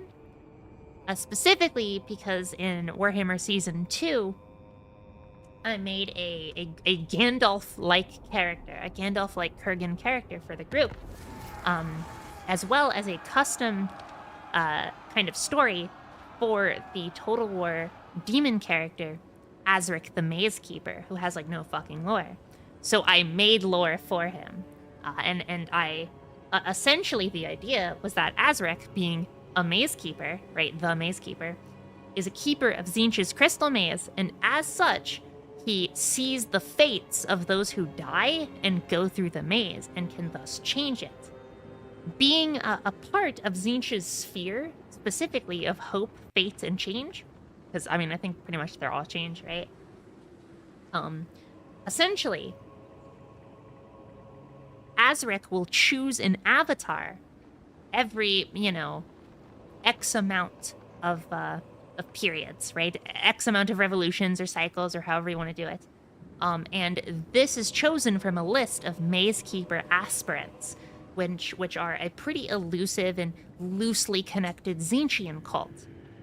This character that I had made for the this Gandalfian kind of, you know, because the group were chaos, right? So they needed like an evil, like chaos Gandalf to kind of guide them on their journeys. This character's whole thing was that he lived through Asafar Kul's invasion, right? The 12th Everchosen's invasion, and he died during that battle. But his betrayal of his cohorts, of his fellow aspirant coven, in order to hold back the tide by summoning, you know, even like stronger demons and shit, has impressed Tzeentch so much that he was able to take on the mantle as this, as, you know, the next Maze Keeper. But as a result, he can only project himself into the mortal world. So essentially, I have a character who, you know, like, and I came up with, basically, as the group were playing, they kind of, like, were unraveling his lies slowly but surely. Like, oh, hey, why can't this cool wizard cast magic? Well, in actuality, he's not even on the fucking, like, he's not even in the physical plane, right? This is all a fucking, like, grand illusion. But the group doesn't know that, right? And so essentially, you know, just as they were peeling back his character across the campaign, I just really liked him. And yeah, as a result, I do have a lot of, I like.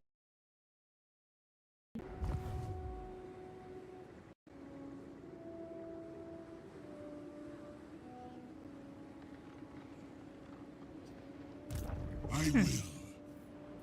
Our purposes align. Mostly. Hey, there he is. I mention him and he appears, chat. Bob.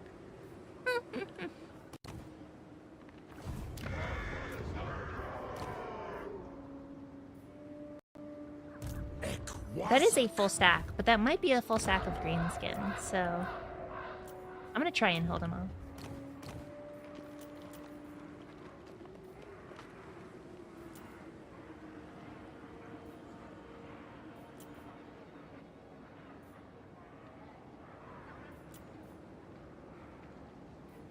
Great shame, sorcerer. My pacts have borne fruit. Wielder of winds.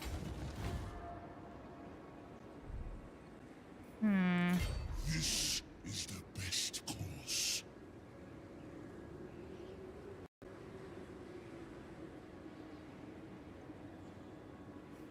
I think we need to go after Zatan. That seems like the play.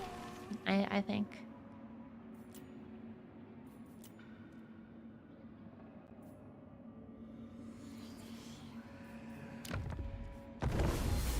You are the most generous of patrons.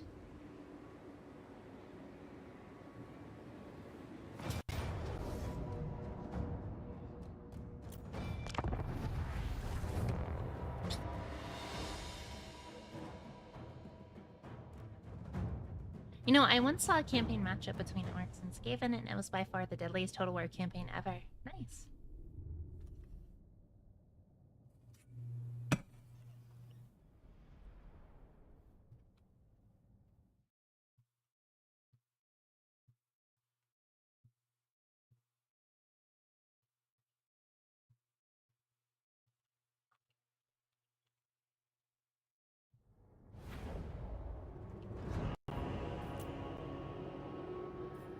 Horseman axes! Command us!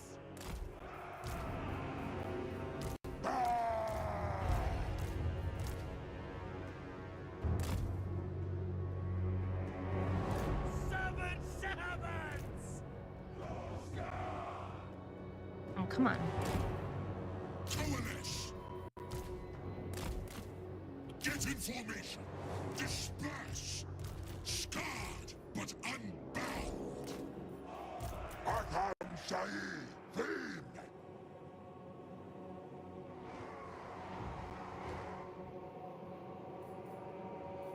The Dark Gods command me! You have been chosen!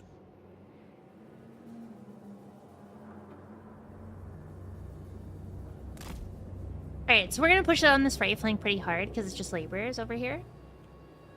And I want to try and avoid the Chaos Dwarves as much as I can with these kind of Vanguard forces, just so I can push in and try and get after that Death Shrieker. And that's kind of my plan here. So we'll see if we get it. I have seen the path to victory, and it requires only a little of your blood.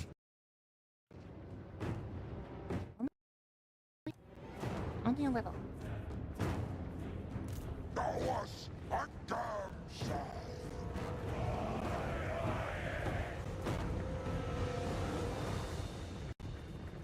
Go, Deisa. Cursed with power! I think out of the Chaos Dwarf color schemes, I adore Jatan the most. Specifically because of his blue and bronze color scheme. Also, gotta say, Gambison wielder real? Question mark? For real, for real? Very few, You know, you actually see you don't see a lot of like Gambasons in Total War Warhammer. Hence, they're fun to see. I have this. I was watching an old camera Chaos Dwarf video.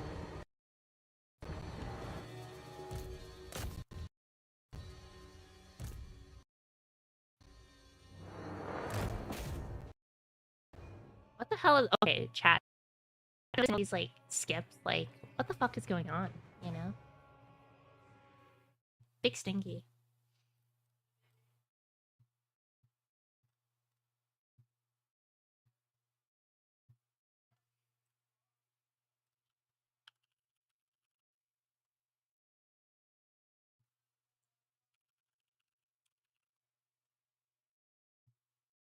Hmm.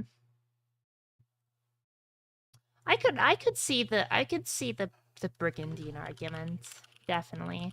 Because so like here's the thing, right? Is that it's layered with chainmail underneath as Ton's model. So I could see the Brigandine as well.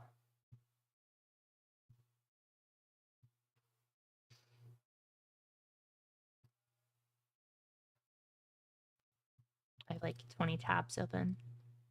Maybe if I close that, things will stop lagging.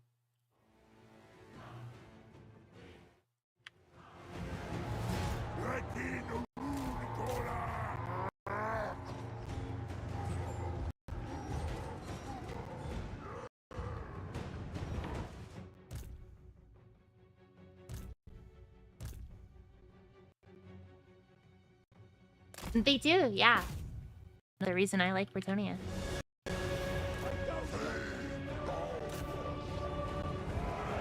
Women of Oslo! Ready to fight! Divide and conquer. This is the path.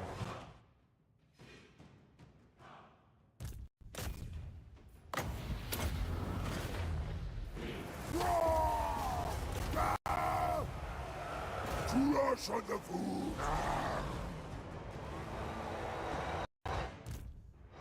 Now, go.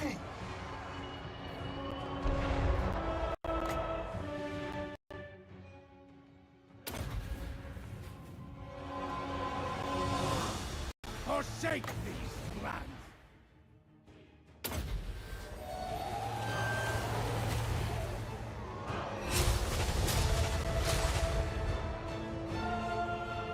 Arch sorcerer.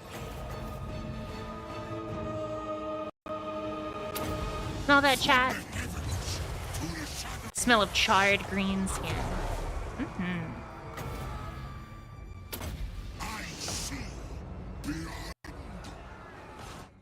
I think Etten will have to use a strong hand. That's that shadow magic able to was it kind of enabled the Etten to kind of go toe to toe with Jeton, but not anymore.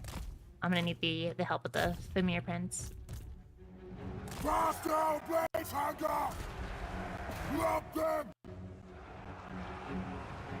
Sail the faithless.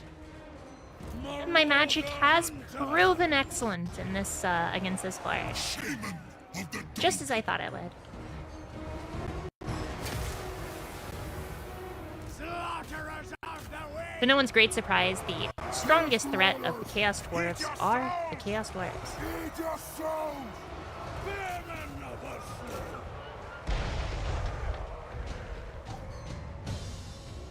all will be despoiled. For glory! Fame.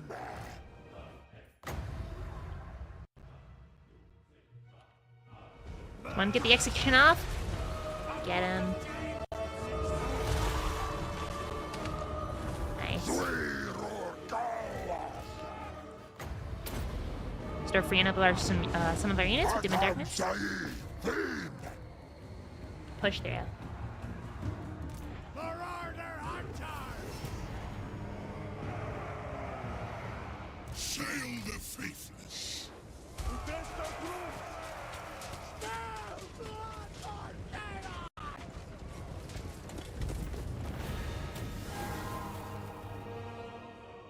Ah, Porklanius, the master strategist, wins again. Yes. Yes.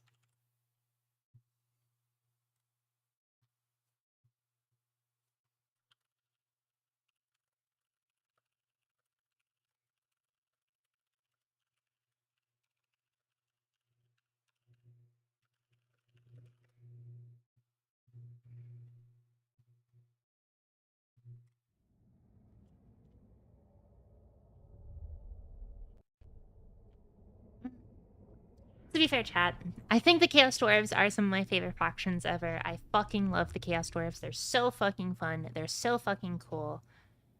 God, I love them. Fuck, man. I love Chaos Dwarves.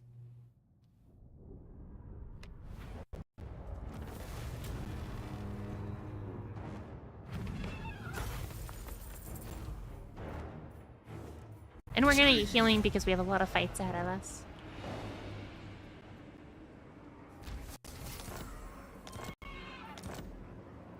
Sail the faithless.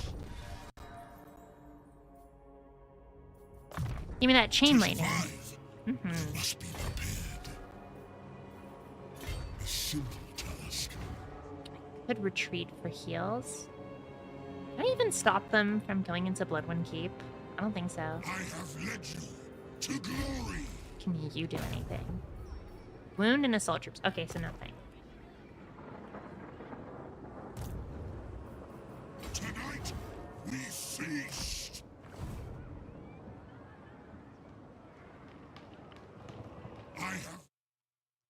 I need to play the meme. Hang on. Alright, let's get the meme out.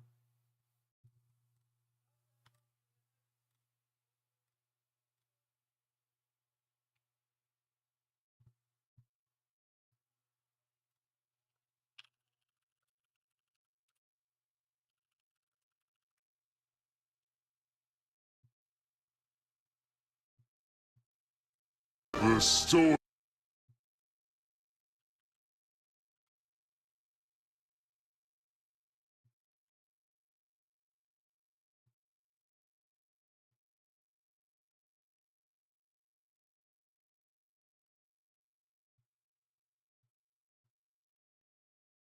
The stoic and honorable dwarf. You have dishonored yourself, your family, and your ancestors. You should kill yourself now! I'm trying! My sin remains still! The ancestor will never forgive me for making such a shoddy table! I must die! The despicable, cruel, and honorless Chaos Dwarfs. Though your dishonor was grave, the glory of what you have accomplished today outweighs it. You have redeemed yourself and may remove your mask. Come, let me welcome you back to society. Thank you, my lord. From this day, I shall bear my scars with pride, that I am worthy of being redeemed. Guess what I'm trying to say. That Chaos Dwarves are fucking superior. How do I get... There you go.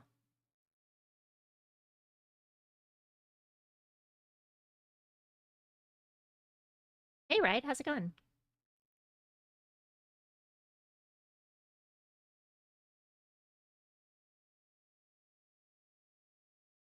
Look, all right. We don't call them dwarves, okay? Call them height challenged or something to that effect, okay? I didn't mean to call you short, High King of Barak Fire, Bernoth Grenda Drak. Please do not brain me with your axe. Yeah, chat, I don't think I'm gonna win this one. Open battle, it's Jover.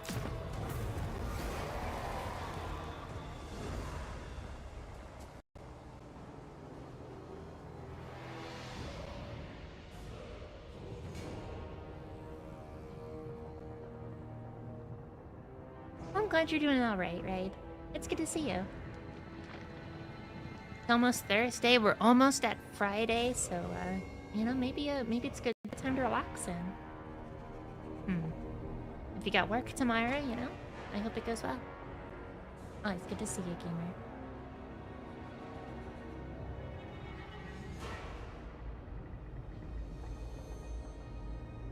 Anyway, chat, I guess what I'm trying to say here is that the Dolken are not Norskins.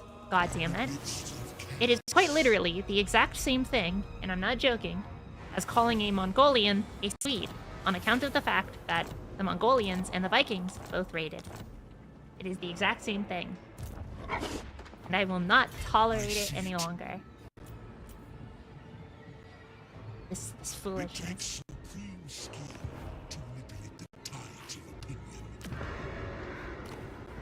I think it's time to recruit a lord. We're probably gonna lose Broken Mount and Desolation Ridge, but to be fair, it's not like they're making us that much money anyway.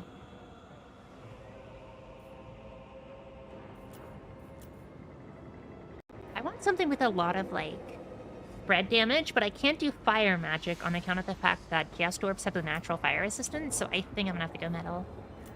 Great Shaman Sorcerer. They will fear me. We are just gonna cheap the fuck out. I'm talking cheap units.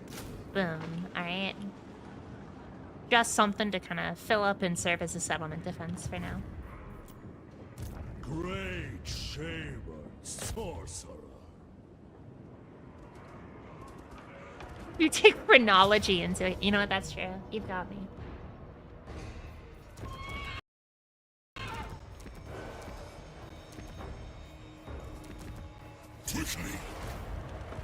He's the wizard who discovered Gehenna's golden hounds. This is actually a very interesting question that also came up. Who is Cassadora in Comet of Cassadora? I don't think it's ever actually mentioned. Does Gehenna have lore?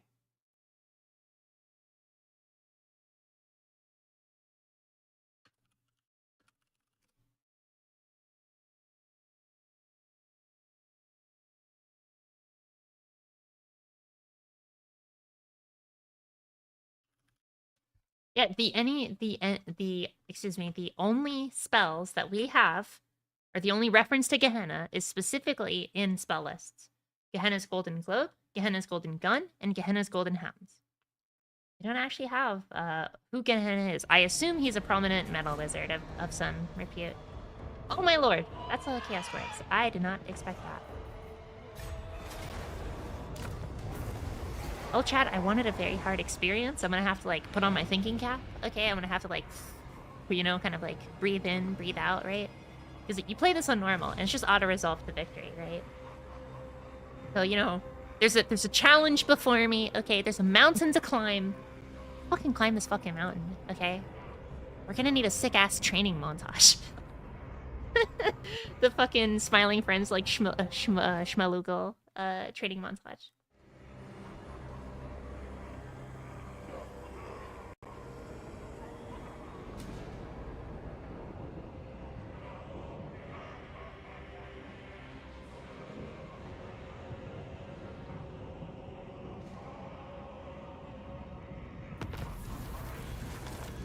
Be honest with you, chat. If I saw Sail the Faithless, I would totally think he'd get his ass beat by Zaton the Black. A little further.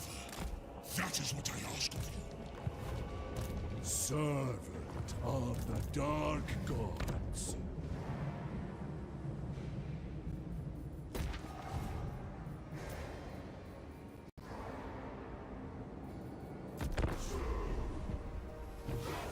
I'm going to assuming that they're going to be pushing. I hope. And if they do, I can use Sail to kind of march to wherever I need him to be.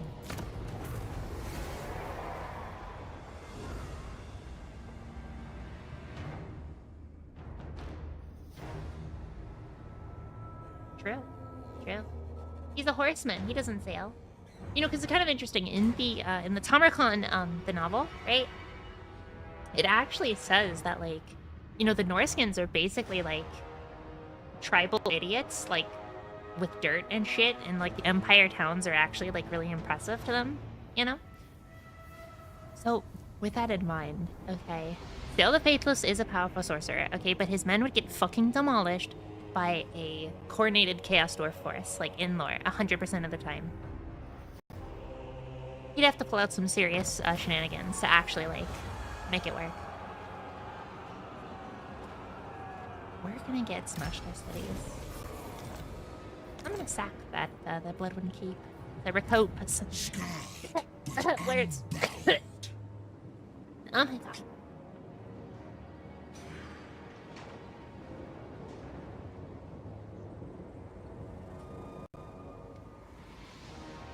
Oh, sucking from my viciously large cartoony straw has helped. Alright, anyway. I will. I'm gonna be sacking to recoup my losses.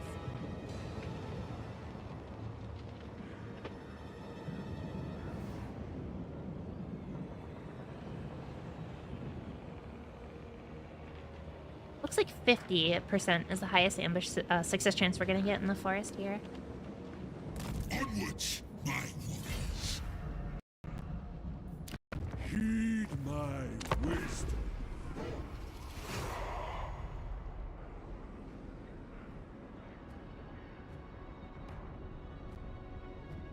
And yes, ambush is not based on province, but on terrain, something that many people don't normally see. Okay, we did get caught out. Are they close enough to get me with both armies if I retreat? Retreat is better than death. They aren't.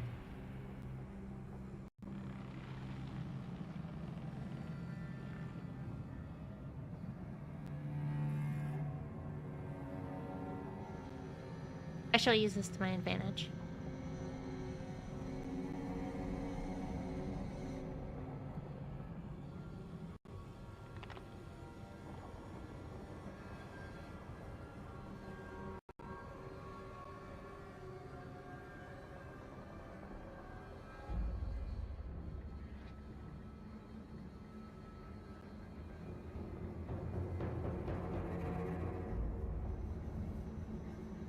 The price of my power is worth settlements. Divide and conquer. I see the other side.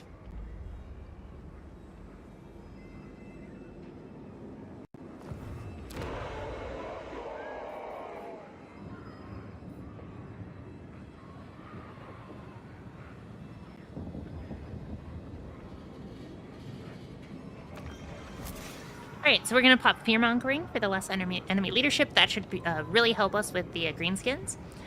Also, they're winded, so hell yeah. I'm going to pop some Manipulation here.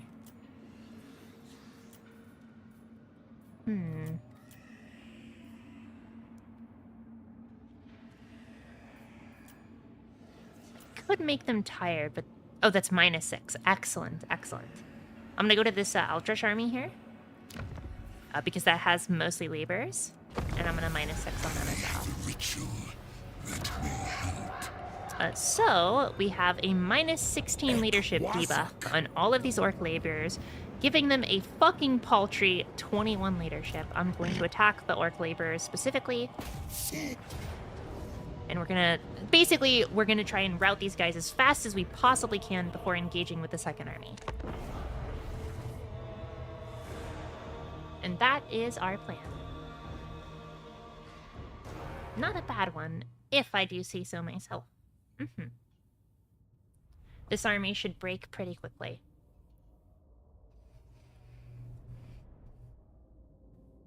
Ooh, interesting, interesting. So they're coming up from behind, so it's basically a matter of can we push hard enough to get to this army? Or if we just want to box the enemy in right there. I want to see how much time, because I did do the fear-mongering, which increases reinforcement time. 1 minute. Okay, that is dreadfully slow. Alright, or dreadfully fast, excuse me. I am still used to SFO, which is like 3 minutes. Alright, so I am going to... I'm going to have a token force in the back to defend ourselves from all this. Our Vanguard will do as the Vanguard does. The horses will ride as fast as they can to deal with these enemies. I will have the cursed at.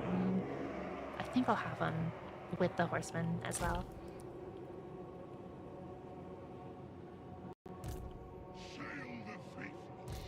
And these are my range units. Let's get them like right here.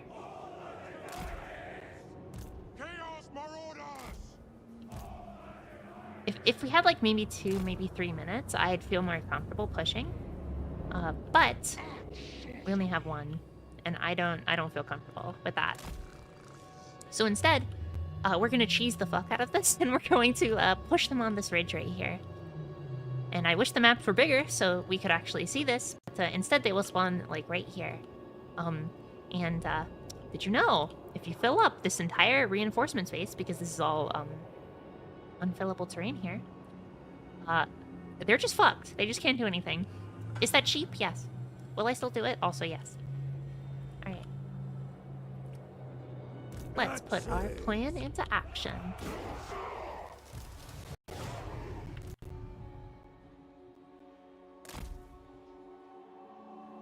Do something like this.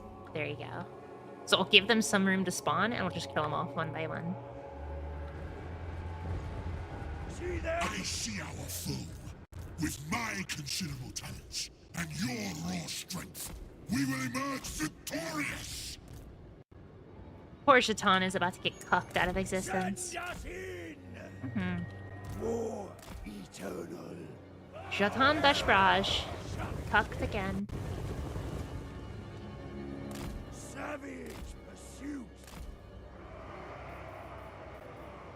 Rune caller.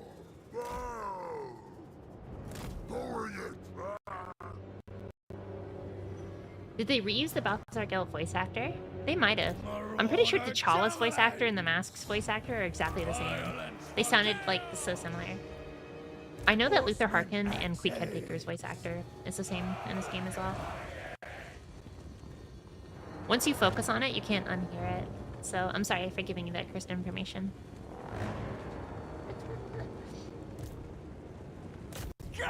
Shoot. Throw of access. Die. Savages Destruction. of the steppes. Chaos bound. Axes. Did any of these guys cause fear? Like, what the fuck was the... Like, just that instant leadership drop from damage. That's so funny. Charge them!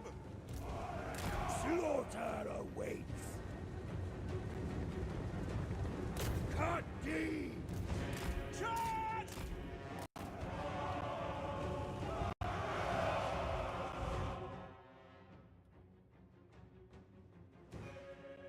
That is a burning head. Oh no, the enemy's in a giant fucking line. Oh, this is so awful. Weapons ready. We'll do it. Commandos! I get another melee troop to kind of fortify the center here.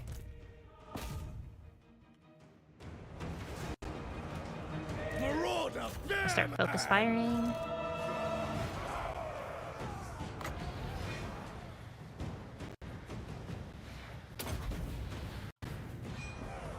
Hee smile, hee.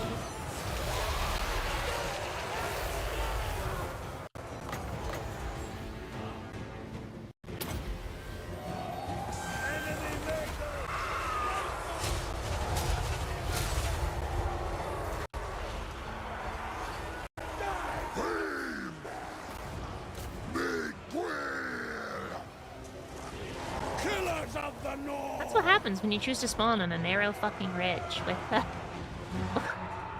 with basically no method of getting over. Count. Oh, that's a problem. Sail the faithless. This is the path. Ready to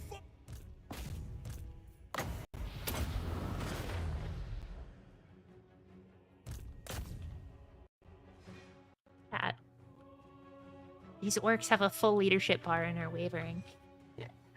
Fearmongering's really good. Oh my god. Great for defensive battles. Rah! Faster!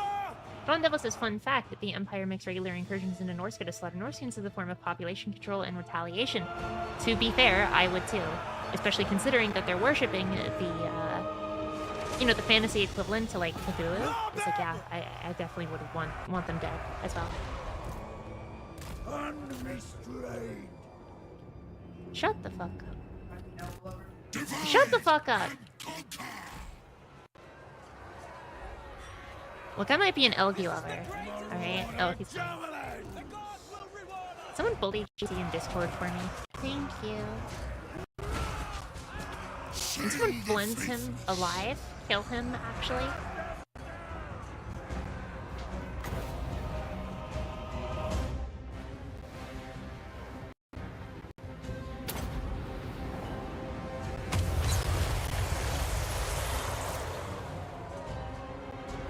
Chaos Marauders!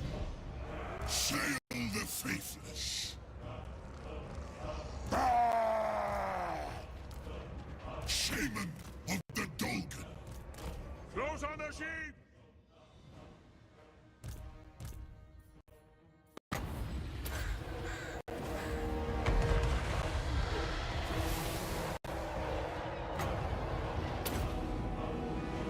Order the tribe! We fight! Curtain room. And Chad, this is how you route an entire 20 stack of units with 4 guys. This is amazing.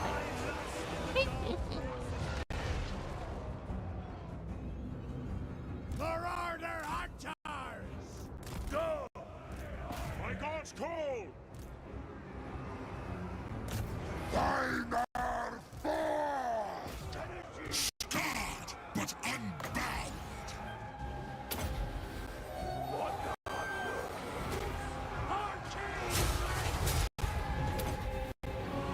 Marauder Bearmen! Marauder Javelin! Send us in! Where's the enemy? The dark gods. Send in the command me. reserves. Keep pace. Hold the line, you maggots. Hold the line. Killers of the north! Horseman axes! Right them. Take it, Southerner! God, this is fucking pathetic on the Chaos Dwarf side. We fight! Close defeat, my ass. More like easy win for me.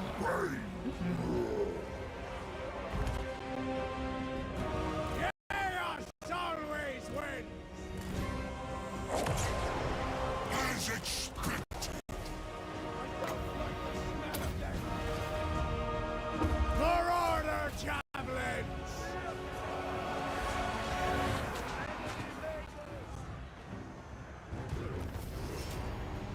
Victory.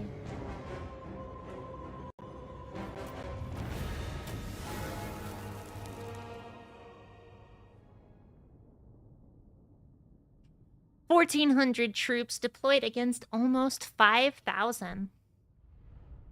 1,400 win.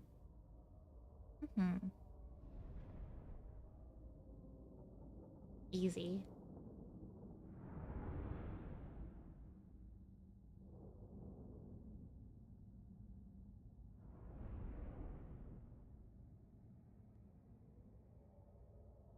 Alright, you know, chat, I will say, mechanics-wise, Sail the Faithless, that was pretty goddamn impactful.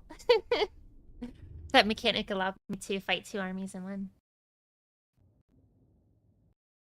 At the very least, create a level of, like, guaranteed win. You know, kind of get the dice in my favor. They belong to me. Hell yeah.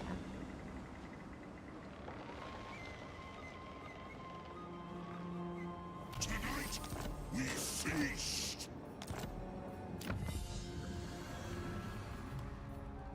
A necessary step. Sail the faithless. Alright, now we engage in cleanup. Great shaman sorcerer. I see the other side. Foremost shaman. 35.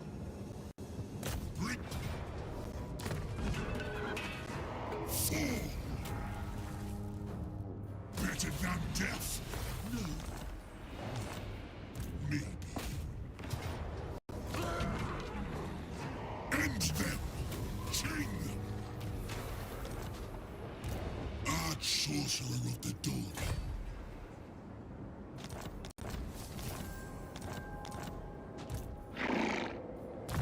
None more resourceful.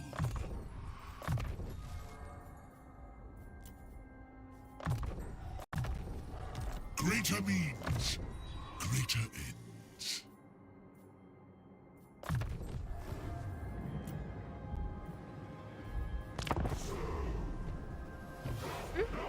Ironically, it's more in the cleanup than the actual battle.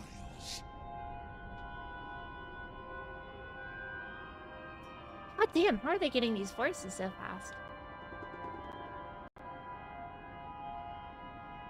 Where did this guy even come from?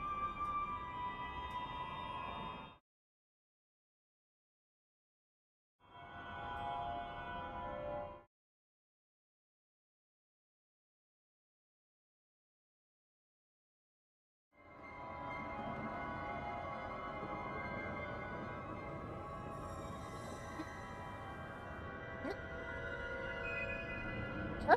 Fuck. Huh?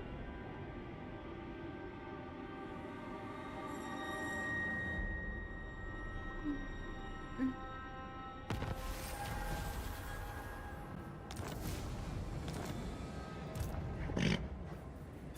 A simple task. Harbinger of war. Who will have my favor?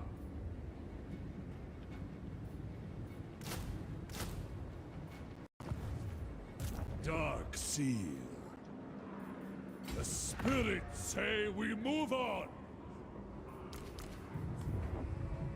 What now? I triumph where Skull Kane faltered.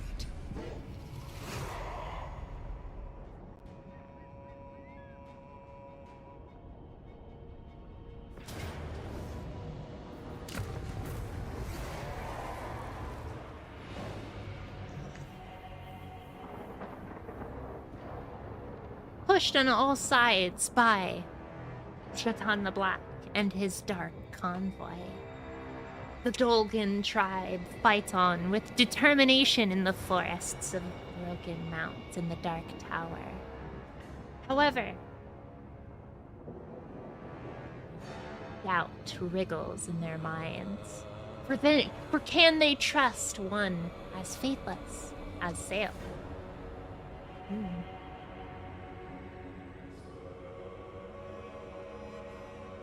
Also, half of them are from Norska for some reason. Ah, fuck.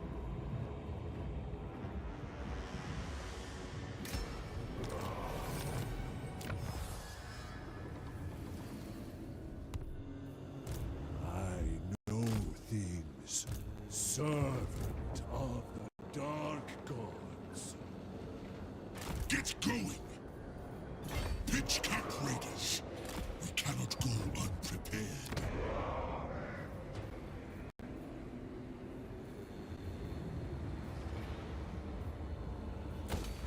Oh yeah, that's what I'm talking about. Let's get some trolls. Get some trolls and then we can go for Bearman Berserker. Oh, I see. So we can basically spend spoils to get like these higher tier units faster. Well, I have spoils, so that's exactly what I'm gonna do. You know, I'm pretty sure the spoil system is from SFO. And then also with Sea Lord Aisling, his mechanic is very similar to SFO as well.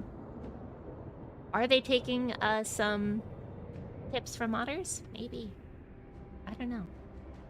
I'm not saying they're exactly the same, but they are very familiar. They're very similar.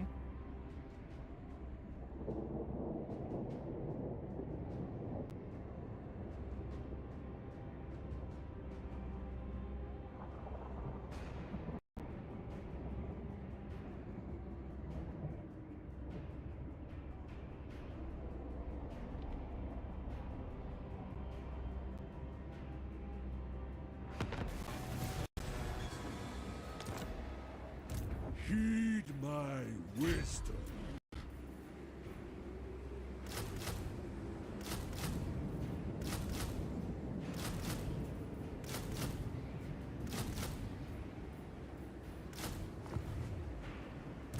A simple task.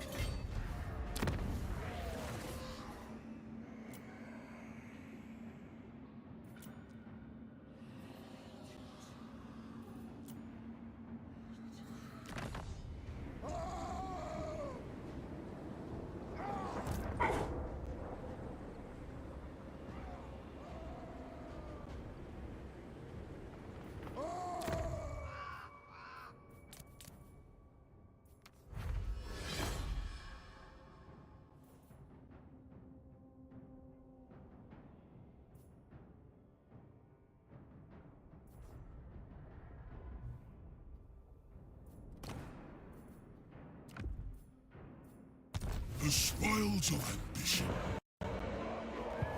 I see the other side. Could be cheeky, but this is really fucking dangerous. Might lose my cursed hat and my prince, so I guess those two are really the only things I want to avoid losing. Is Spearmongering still active?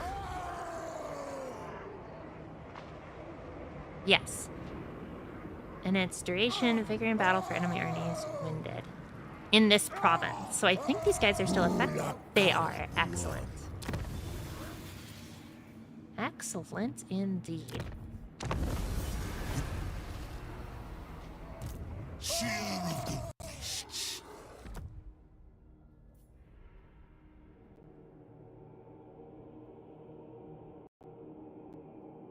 In one instance, a couple within the Empire were horrified by the violence of the raids, so they moved to Norska in hopes of convincing the Norskins to be peaceful.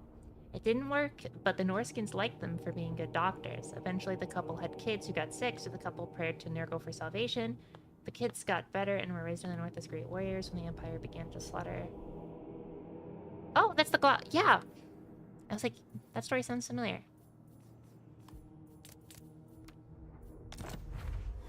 Look, I'm just gonna be honest, okay? Can I just be real? All of the Empires, like 90% of it, is the Glotkin and cum shit McFardass, the Nurgle Lord you've never heard of, kills character that you really enjoy. And that's the entirety of the Empires.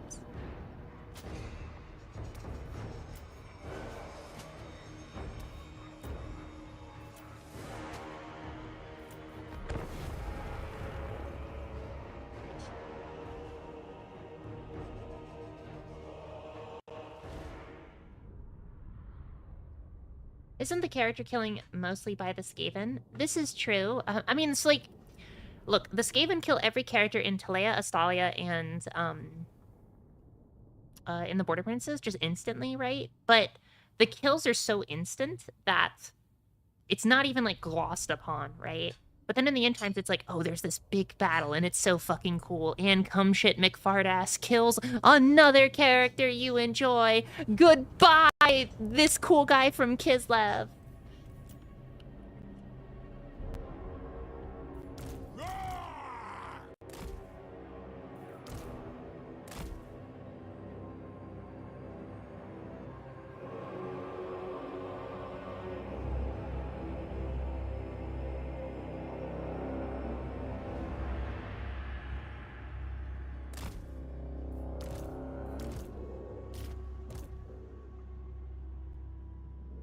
Damn. He's slamming doors over here.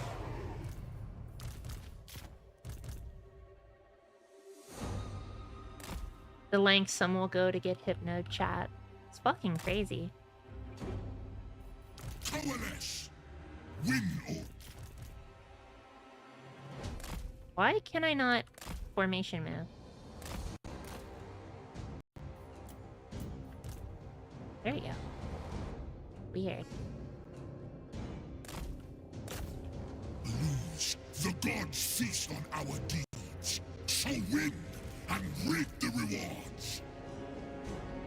Where's the battle? Without hesitation! They are filled demon of the Dolgan. Okay, but is it for shits and giggles, though? Not really. Like, you can't, unless it's like in southern Norska, right? And just to let you know, right? We do have instances of tribes, such as the Sarl and the Bjornling, who have actively traded with the South and have not raided the South for no fucking reason. But the tribes to the north, they have to raid. They literally live in chaos-corrupted lands. It's impossible to hunt or grow crops without the hunt being a giant fucking dragon and the crops being trying to, you know, like actually, like, you know, the Fallout 2, like, plant monsters that try and kill you, right?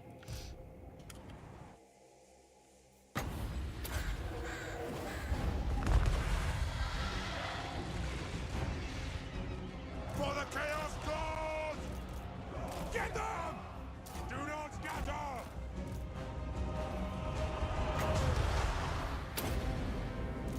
Close combat! All will be despoiled!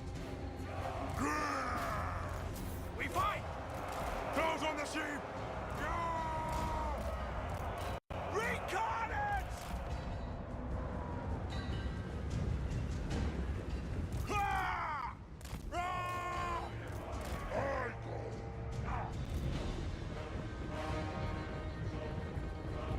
The surest power. It's important to note that while they do become more violent and sociopathic, again, it's not killing for the sake of killing, right? There's a reason to it. There's worship to it, right? They believe that, you know, a lot of the Norskins, and this is specifically in Tome of Corruption, that the Norskins believe that especially the northern ones, that the living world is a literal test, right? Like, they basically live in the Matrix, right? And so when you're killing someone, you're not actually, like, killing them.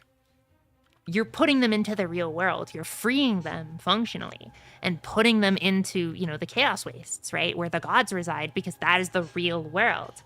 And basically the concepts of order, you know, like even having a morality, right? Because it's chaos, you know, is anathema to the belief system. I'm not saying that justifies it, of course, but what I am saying is that I think it's an important differentiation between, like, oh, they're just murdering them just because. No, there is a reason. Is it a debatably stupid reason? Yes, but it is a reason. Matrix 1.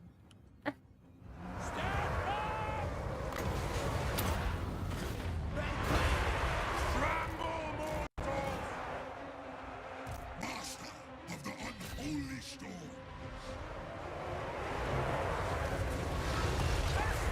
Faster!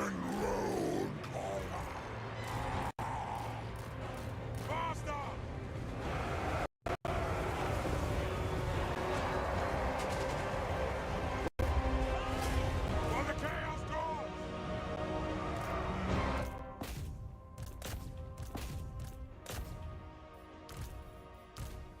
Oh, 100%.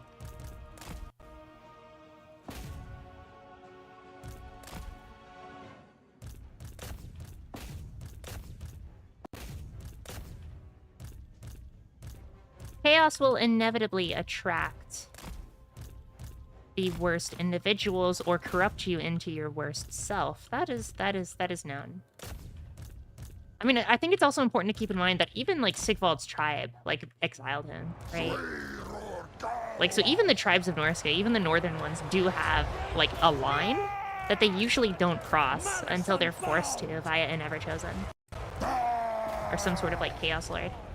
Violence for chaos! Sorry, chat, you're gonna be receiving a ton of fucking lag. I'm not sorry. Fuck you.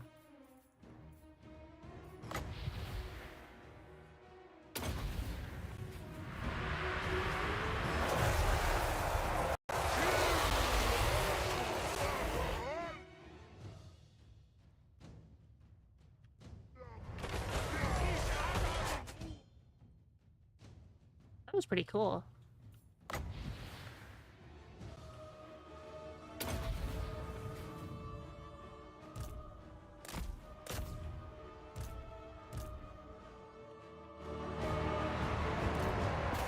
Make them bleed!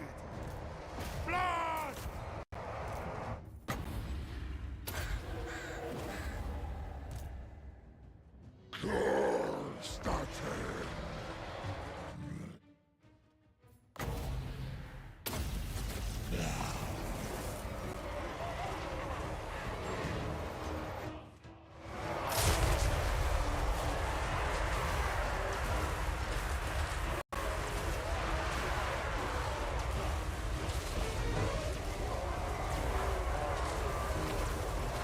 Ah, Jatan banished me, the fucker. No one banishes me and lives. Die! No one silences me and lives.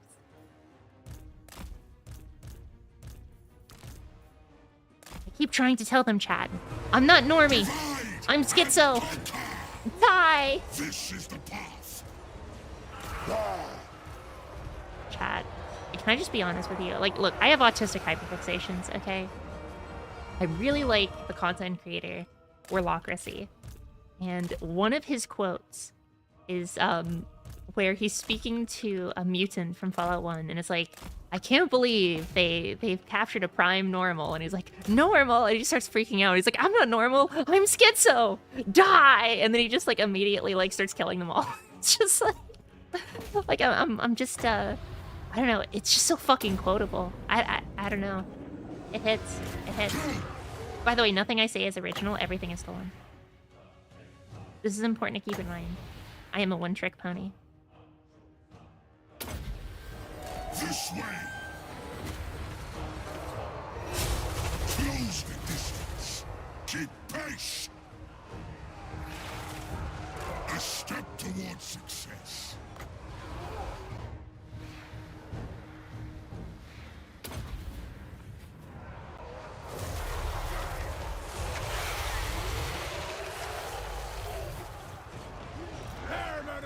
There's like 6 or 7 content creators that I will just like get ticks from, you know, that'll just like pick up on. It's just natural, right? Then, as you say.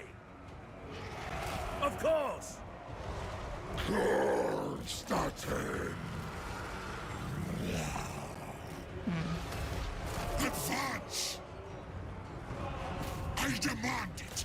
I don't remember if that was his sister, Drondevil Sigvald, but I do remember that he has the mutation Tantalizing Aura, which causes a civil war that he's like ending, right? He's walking through this Norscan tribe. Half of them are his troops, half of them are the other troops, and his Tantalizing Aura basically turns the entire army into a giant orgy as he fucks his wife in front of everyone, and it's like, damn, it's pretty based. Order Bearman. Kill the Southerners! Started. Although I can't imagine anything good happens for one chosen to be Sigvald's wife, because there will come a point where he is bored of you. And at that point, it's over.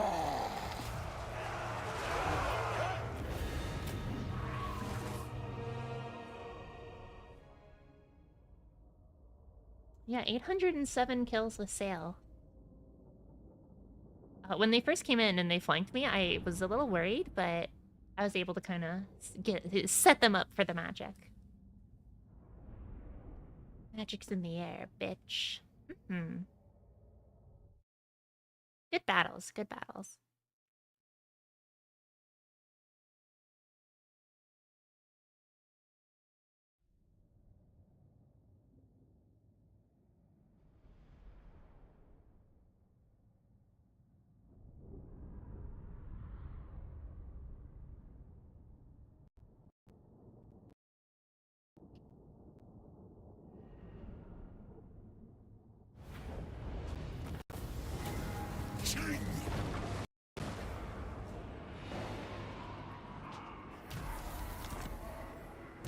Sail the faithless.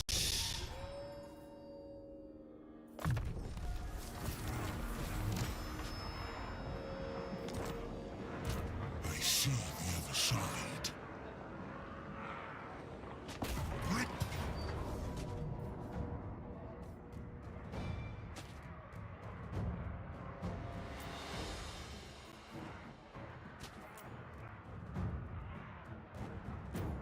Okay. I will be right back. I'm gonna use the, hit up the little girl's room. I will be right back. Yes.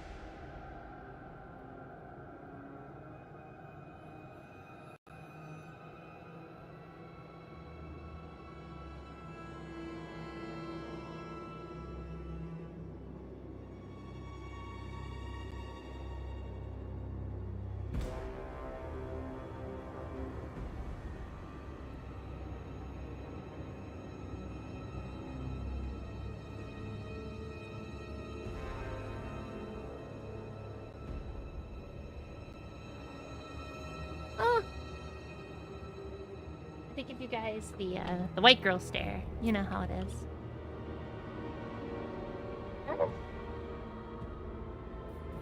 Slay every mortal!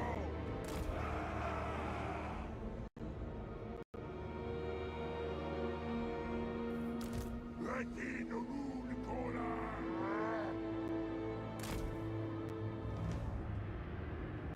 Sail the faithless.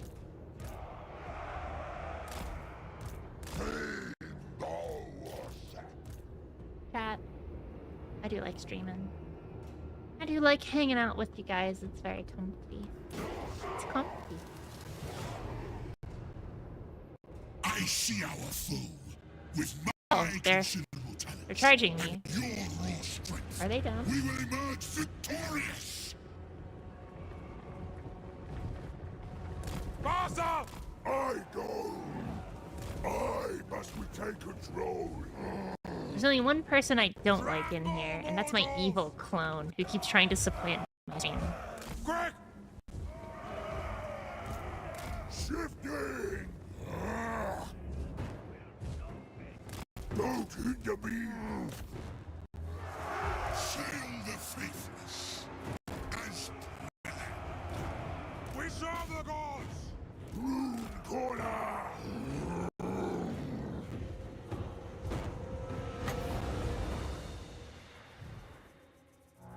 Oh, let me explain, right? So I'm good Porky, who's actually evil because my morality is evil. However, we also have good evil Porky, whose morality is actually good because her morality is good. But she's evil because she's negative me, okay? So that's how that works. I go. It's Porky from the negative energy plane, who is evil because she is, or who is good because she is my opposite and I am evil. Hence, evil Porky. You know, but it's the woman we must all fear. What do the gods desire?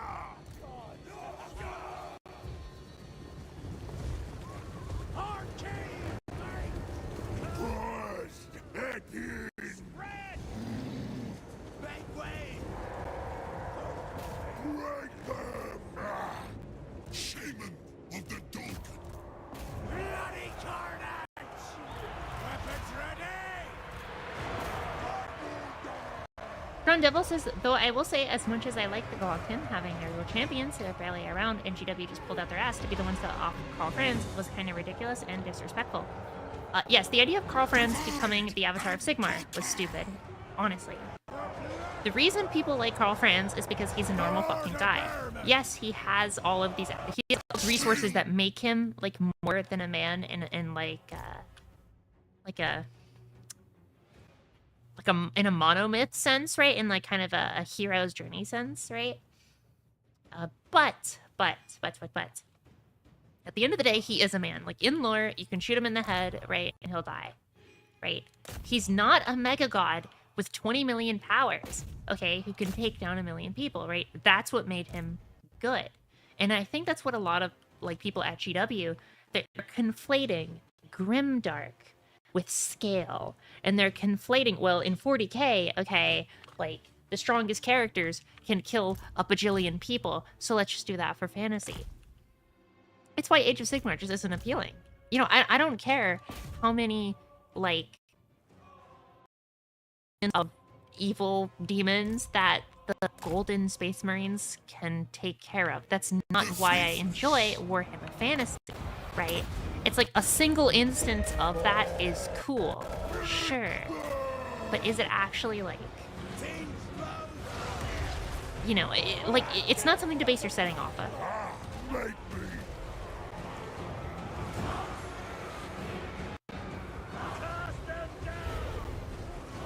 Master of the unholy storm. No! No!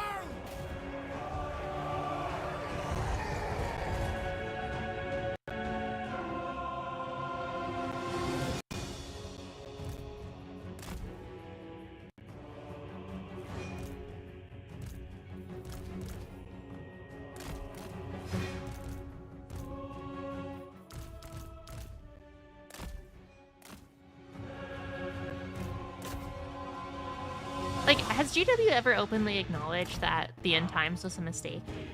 I'm legitimately curious.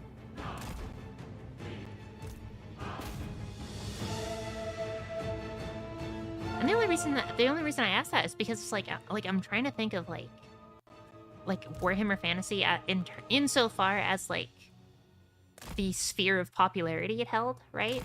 And the only reason it wasn't being bought on the tabletop was because like 7th edition was just very bad, right? The writers all left at the end of 6th, right? So we have a lot of reasons why people wouldn't come for the new edition. GW took that as fantasy just dying, and they just decided to kill it, right? But then Total War Warhammer come about, and literally everyone fucking, you know, plays it, right? In terms of, at least, when it came out, right? Everyone wanted to play it, right? It was something that excited a ton of fucking people. And I think that's just kind of interesting. I don't know.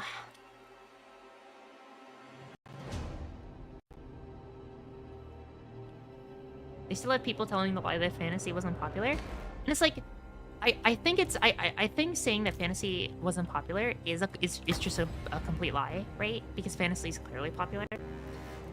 I think the whole fantasy didn't make money. I think that is something you can argue. And what I mean by that is specifically 7th and 8th edition, right? And there's a reason being bought is because none of the armies were fucking updated, right? The writing significantly dropped in quality, right? There's a lot of reasons for this that are GW's own hands, right? So you basically just have like a self-fulfilling prophecy, and then they're like, well, it clearly doesn't work. Boom, it's done. I don't know, it just shows a level of callousness and disrespect, right? Honestly, kind of similar to, like, definitely not the same, like, level as Star Wars, I feel. Just because Star Wars kind of, like... SW had, like, a gradual decay, while Warhammer seemed to have kind of a more... not instant decay, but, like, they deliberately wanted to, like, reset it, while, like, I feel Disney didn't want to reset Star Wars in terms of, like, the movies. But they wrote themselves into such a bad corner that basically you have to just write around and pretend the sequels don't exist, which is the same as restarting it.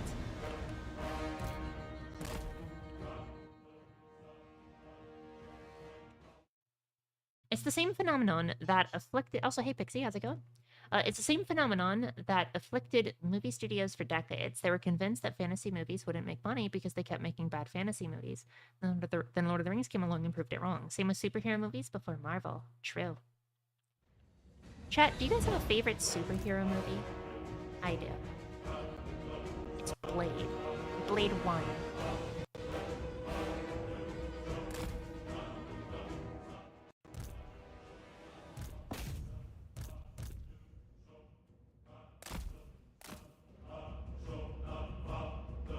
Based.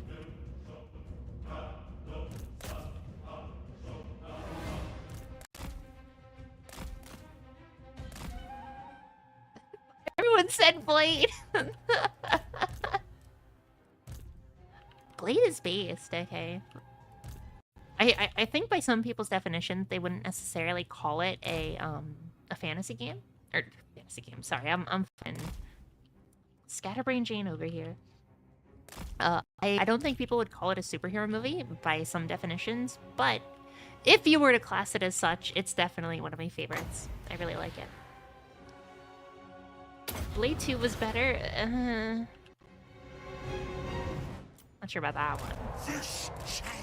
Blade 2 and 3 were kind of bad. But there was some really good fight scenes in Blade 2. Like Blade versus Ron Perlman's character.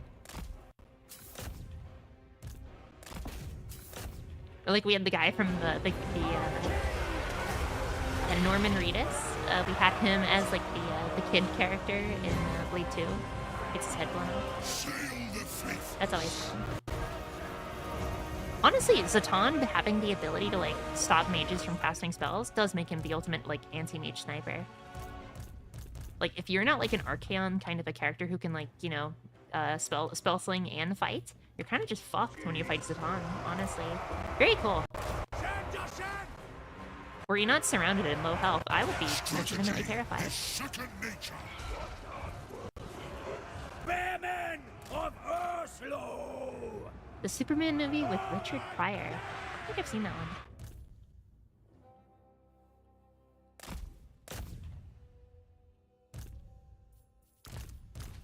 also, I really like Tobey Maguire, Spider-Man 1.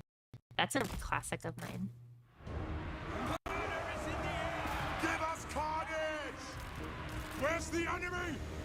And then probably Batman Begins and The Dark Knight, but not The Dark Knight Rises. I have no idea. Look, okay, chat. Am I crazy?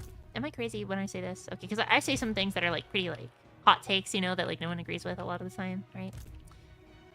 But like Dark Knight Rises is like actually fucking garbage. Like, what the fuck were they thinking? Am I wrong in this? Like, can I get some consensus here? Okay, as a femoid, I am directed to consult with a hive mind. Okay, it is my purpose.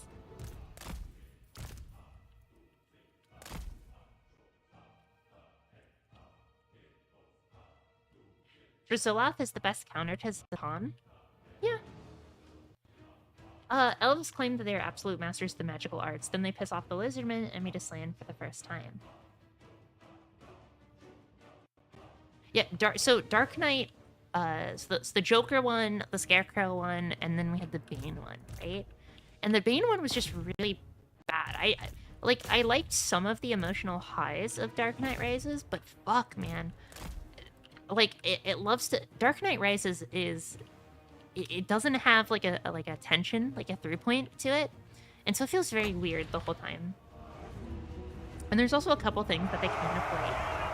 You know, for example, in some instances, right, they kind of, like, exasperate Bruce Wayne's injury, right, at the end of the second movie. So it's, like, you know, hobbling him and he's no longer Batman or whatever. And just shit like that. It's just kind of weird. And it's like, okay... Like, there's a lot of setting up that have very quick payoffs that I don't enjoy. Like Talia and that being a thing, and they're bringing back, like, the League of Assassins, or the League of Shadows, I guess they call it in the films, and I didn't like it.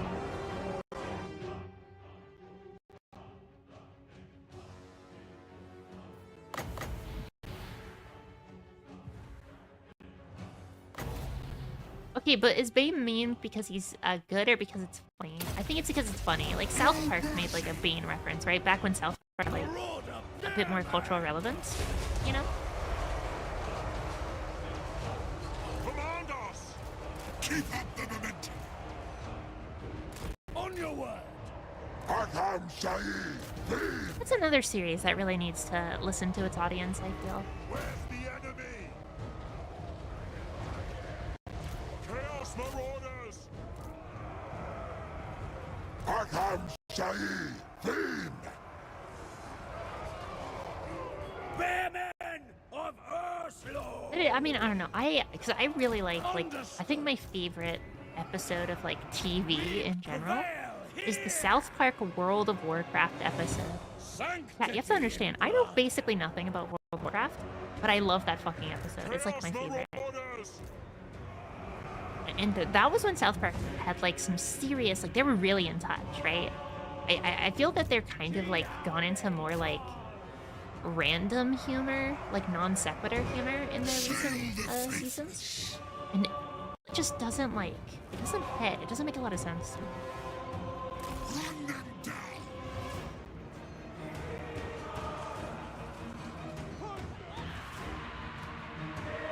Correct, John. The Slan are very powerful.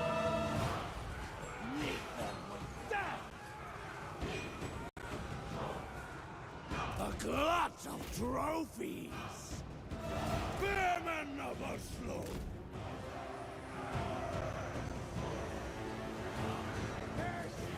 Yeah, I'd agree with that. It kind of started at, like, 2014, 2015, I'd say. 100%. Shall be another triumph. Sail the faithless. Like, South Park really kind of, like, rode the edge back in the day. Like, especially during, like, puritanical kind of, like, you know, kind of Christian, like, American media, right? Where everything was kind of heavily censored, right? And you had to be kind of careful about what you actually put on TV. They legit just put, like, a straight, like, gender transition surgery, like, uncensored on fucking TV, right?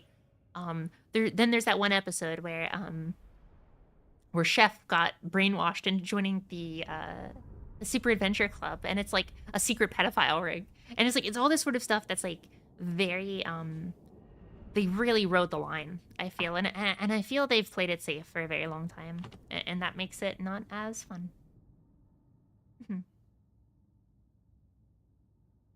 Fun fact, Lustria has wildlife so dangerous it was the only place in the world that dragons actively avoided because the carnosaurs in the lake would rip them apart. I actually have the Lustria Whiff Rip book, and it's really cool. Drawn Devil. I heavily recommend it. Chat, I'm not saying if any of you guys, like, hit me up on Discord, you can get all the Whiff Rip books for free. I'm not saying, but maybe.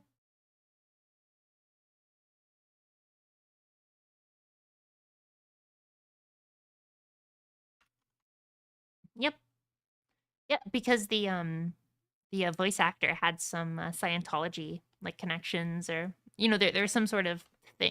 I think that was like the rumor. I'm not sure if it was ever confirmed, but he did have some Scientology connections. He kind of disagreed. There was like a leaving the show situation, right? That's kind of the story.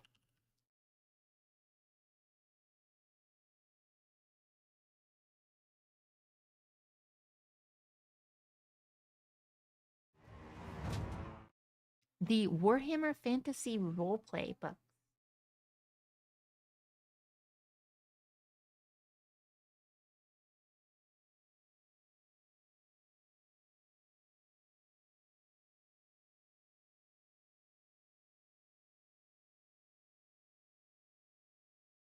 With Rip, exactly.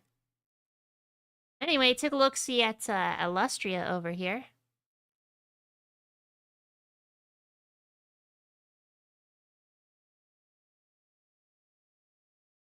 Let's take a look-see at Slan of the First Generation. Channeling 140, Language Magic 145. Pretty much every relevant stat is above 140, which is fucking insane. I mean, Instinctive Diction 5, Luck 6, fucking Etheric Attunement 3. Yeah. And some of these fucking spells. Just, let's see here. Some of these slan spells, fucking insane. Here we go. Specifically, Arcane Forging. The target suffers 1 damage to the body for every 2 armor points worn. Every SL can destroy an additional armor point. Plus 8 SL, the spell's damage can be increased to 1 damage per armor point. And for Slan only, every 5 allows another destruction attempt roll against a random magic item. So, okay. A Slan channels up to 9 SLs, right? Because they have a very easy Etheric Attunement. They get up to 0. They roll. They have, what? An ID of 5, right? So there is a 4% chance of failure. And if they succeed, their worst possible success is a plus 9 SL, right? If they get a 10, okay, that is plus 18 SL, all right? All right? So plus 16, 3 damage per armor points. A heavily armored Chaos Warrior has 5 armor points on each of their body, right? On their head, both their arms, their body, and both their legs, right? 5, 10, 15, 20, 25, 30 damage, okay, that ignores armor points, all right? And that 30 damage also, for each of those SLs, destroys his entire armor, and 2 of his magic items get destroyed in a single cast. Well, guess what, bitch? I spin forward advantage, I cast it again, you're dead. Fuck you. Uproot the mountain, all right? You can basically just trigger a fucking avalanche, right? Challenging dodge test or suffer 15 damage. Fucking insane. Keeping in mind that in Whiff Rip, 15 damage, 15 health is like the average like health a character has. Like that's high, right? You normally go between like 10 to 15, right? That's like the starter wounds rating, right? I mean, we got shit like a ruination of cities, okay? You literally just destroy it like a building. And then you can overcast it to destroy multiple buildings or fortified buildings. Kind of fucking crazy. Kinda crazy. Mm-hmm.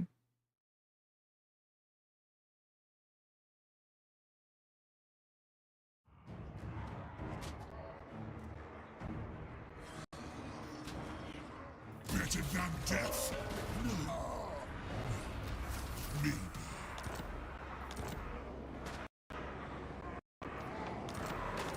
Yeah, the deliverance of pizza. Sail the faithless. The spoils Chat, I of don't know if you guys know this, but I do, okay? Warhammer Fantasy Roleplay, specifically 2nd edition, but in recent years also 4th edition, is one of the primary lore sources for all the lore you enjoy in Warhammer, okay?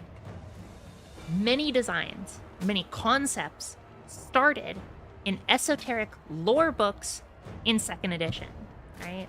So I want you to understand this. Wifrip is so woefully unforgotten by the community. Most people just think it is the war game. Where does this lore come from? That's basically like 60% of a lot of the lore comes from the RPG.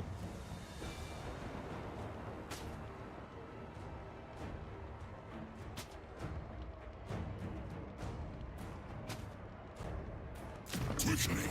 With the Karazhan Corps is the Dwarven Empire. You were thinking of the Karaz Akarak. By renowned rules. Am I gonna get Shackleton's teeth again because I lost my Chaos Altar? Very funny bug.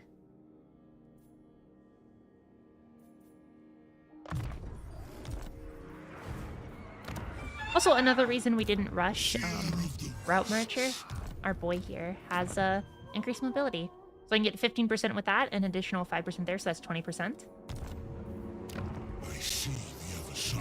So it's not as needed in this particular playthrough. Together. Great shame. Can I just be honest? If you're an Everchosen, I don't think a single character should be able to fight you and win.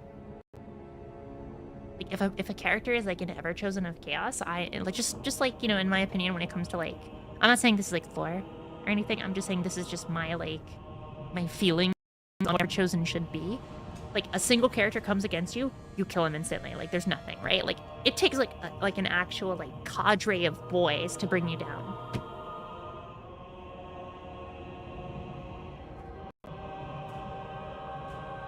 Six Rats in a Sack, thank you so much for the tier 1 subscription. Ham Warmer, aw yes. Thank you, gamer. Appreciate it.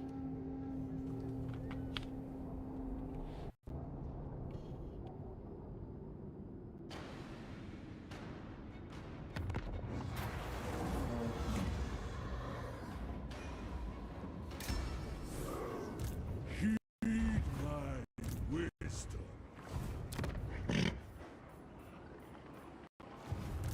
This is the Finally, we can recruit champions.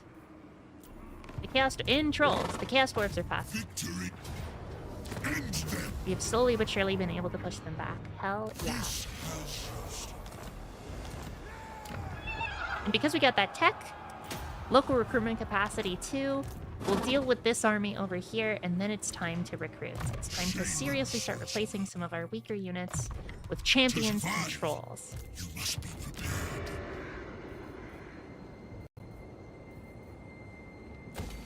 I'm gonna give a little defensive structure in Broken Mound.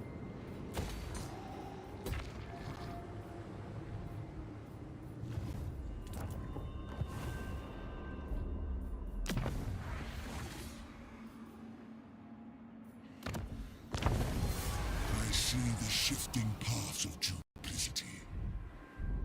Shit, so this is their last army. Hell yeah. Divide and conquer. With Pop here, I'll be able to push through in just a few turns. Why Norska have an armor troll? Because CA hates you. Why should I care for your grievances?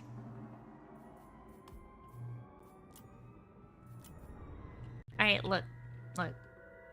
Sean. I like you, and I want you. Now, I came here looking for one thing, alright?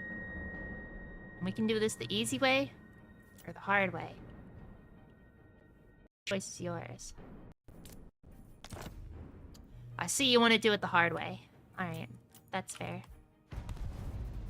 If he accepted vassalization, I would have allowed it. He wants to do it the hard way, which is fine.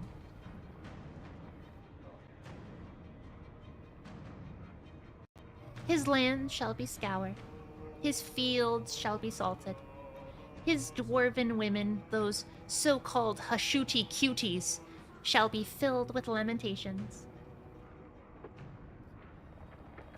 Fetch the strappy.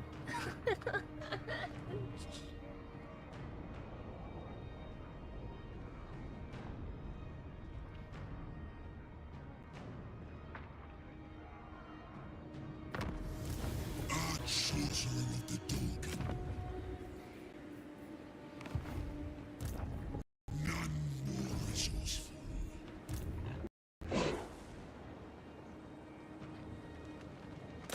Bring the tribe glory.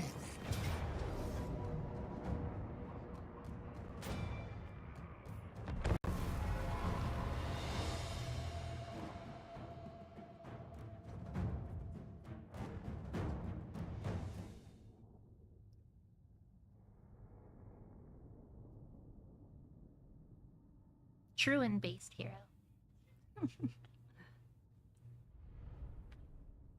Oh, Jack. Hi, BB. The cat is here. Hello, Jack. And now he is on my lap. Remember, chat, Jack is the only reason why people come to my streams, as we all know. Isn't that right, Jack? You're such a good boy. Yes, he is. Give him many pets because he is a good boy and I love him. Alright. Get out of here.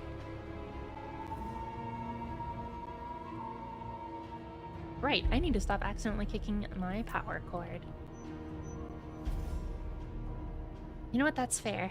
That's fair, Inventor. It is completely okay to write multiple twitlongers about me regarding the lack of a cat cam until I get one, alright? I want many drama videos made about me, okay? And I just want to let you guys know that I am constantly baiting you with Jack streams, okay? So eventually, when you think you'll get one, you won't, alright? Thus, I will content farm this entire experience into oblivion. Alright. There'll be no respite. There'll be no pass and go. No collecting $200. There'll be nothing, alright? Nothing but sorrow and ash, okay? Nothing at all. Win or lose, the gods feast on our I pull out a ukulele. I didn't want to make this video. So win and reap the rewards.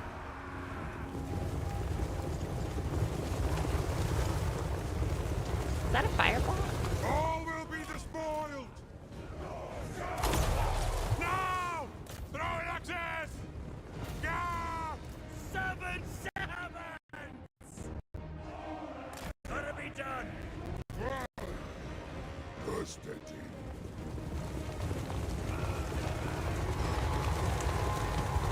Is that all you got?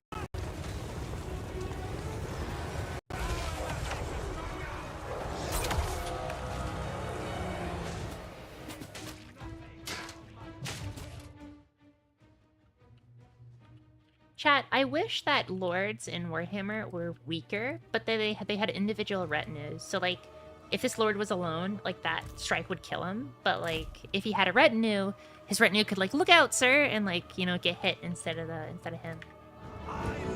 I'm wishing for the old Total War general system.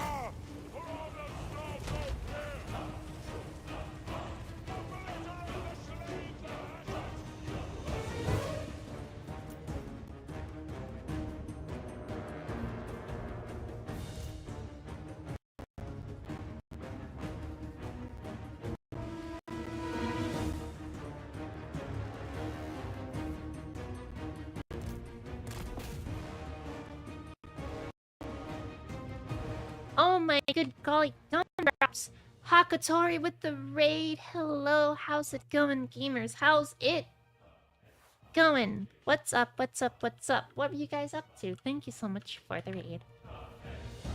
Is that all you got? We're playing some Total War Warhammer 3: The Tides of Torment DLC.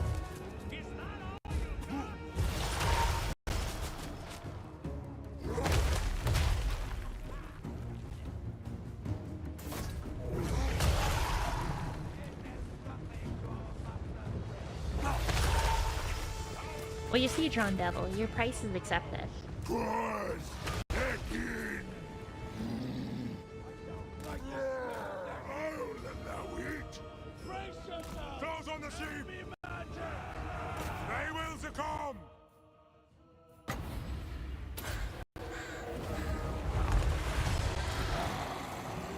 Where do you take us? Moving! We'll do it! Understood! Scarred, but unbound! Rune corner! Does the Cursin have regeneration, or am I just crazy? I thought he had lower health.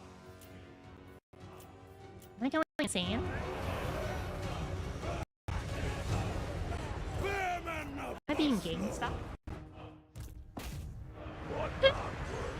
Chaos Marauders! It all just goes back to like GameStop. Advance! Fame powers! Wake on me! Got to be done! We need to! Be forest! Do it, part 2! Super! Master of the unholy storm! Act! I will! Chat, you know it's about to come.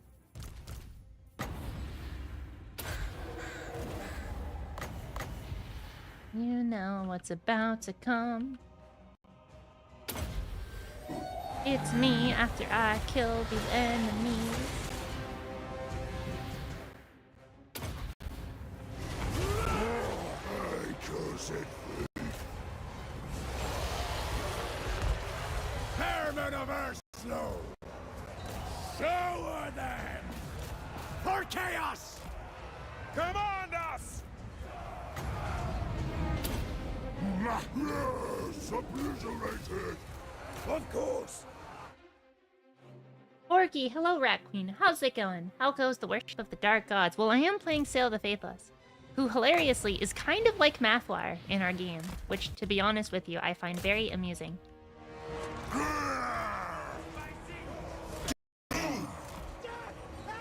He worships everyone and promises to worship everyone. Rondeville says, I've heard a lot about people get annoyed by how Nurgle gets overemphasized by GW, but at the same time, the other gods are just less versatile in their theme, and Slaanesh is Slaanesh? Can I be honest with you? Constantine! As I said before, give me the pen, GW. Don't worry, I'll make the Premier popular again. I'll make them worse. Sail the faithless! Warhammer thrives on being dark, GW being unwilling to engage with this content as Slaanesh is cowardice.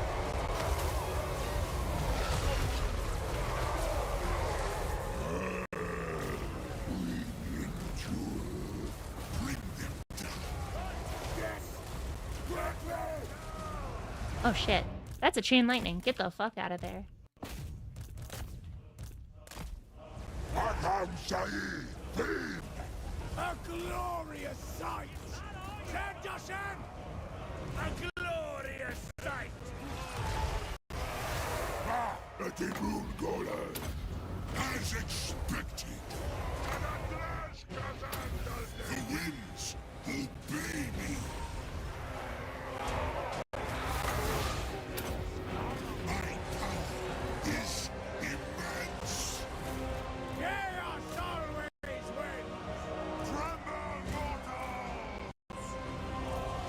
Take it, Zelda! Fight, my warriors! Yes!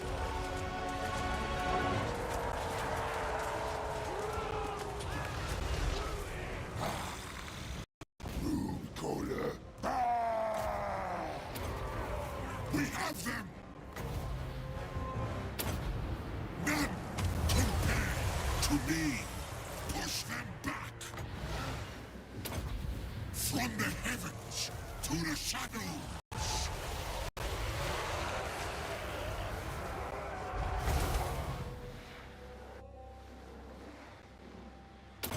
The winds obey me! We go underwear! Push it in! I smell fear. As you say! For the day!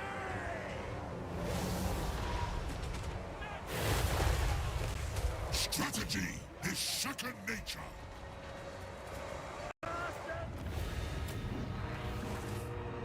He's literally me, chat. For real, for real.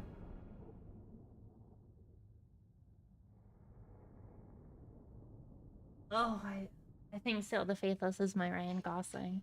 For real, for real.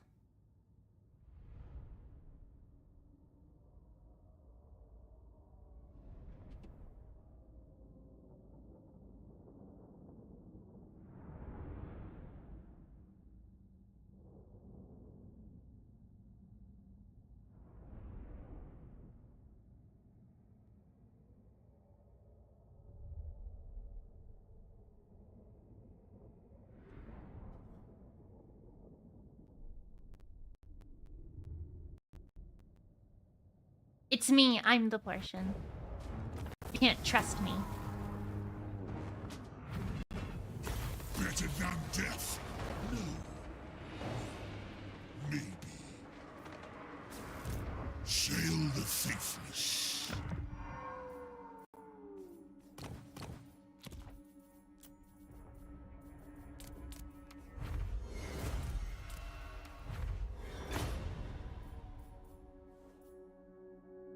Great shaman sorcerer.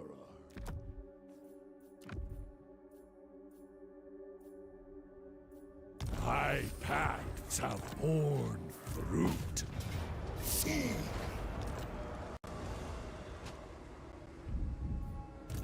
I know things.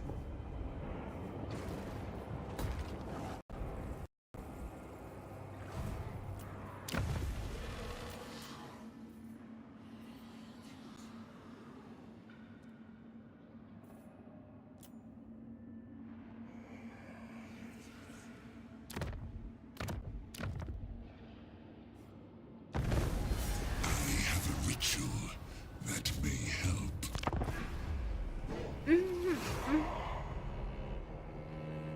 That's true. I am Porky the Hypnoless. You know how hard it is to find competent hypnotists in this day and age? Fucking impossible. I have to hypnotize everybody. It's fine, I guess. Sometimes. Sometimes. Just got that vibe, you know? Sometimes you just want it.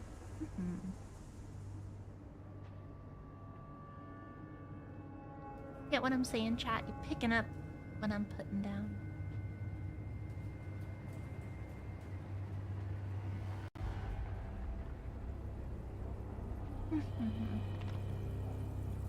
I thought you meant less, but I saw the loss.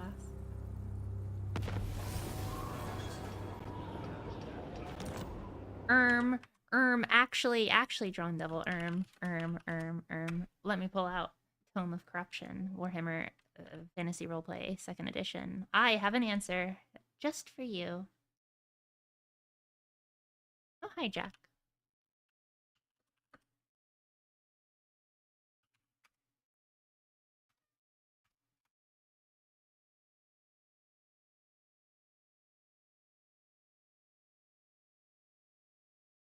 Let's take a look-see at the Keeper of Secrets powers.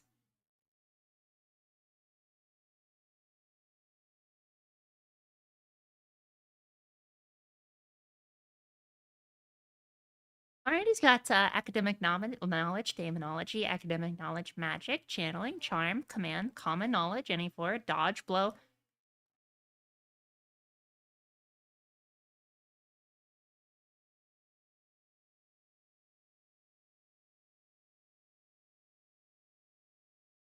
magnetism. Let's check the lores. Let's check the spells of Slanesh. Let's check the Slanesh spell lore, shall we?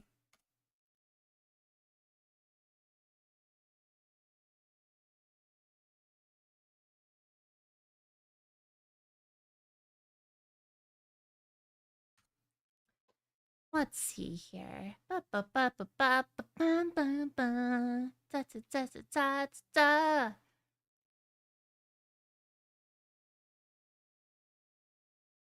Layer of chaos. Ba ba ba. Ba ba ba ba ba. Chaos magic page 210.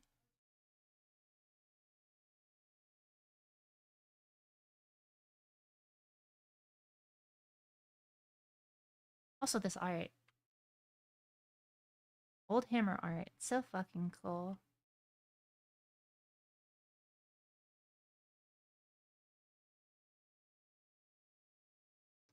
Alright, let's take a look-see here. You seize control of another creature, making it your puppet. If the target fails a challenging willpower test, the color of his eyes change to match your own. Literal hentai tier corruption, okay?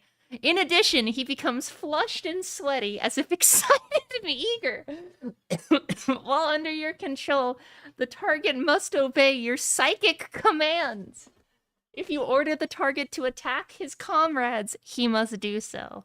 So complete is your control over the flesh puppet, you may even speak from its mouth. You can retain control over the victim for a number of hours equal to your magic characteristic, but you must keep him in sight at all times. Also, you must spend a half action each round maintaining control if the spell immediately ends. Those subject to the spell will violate it and must succeed on another willpower test when it expires or gain 2 insanity points.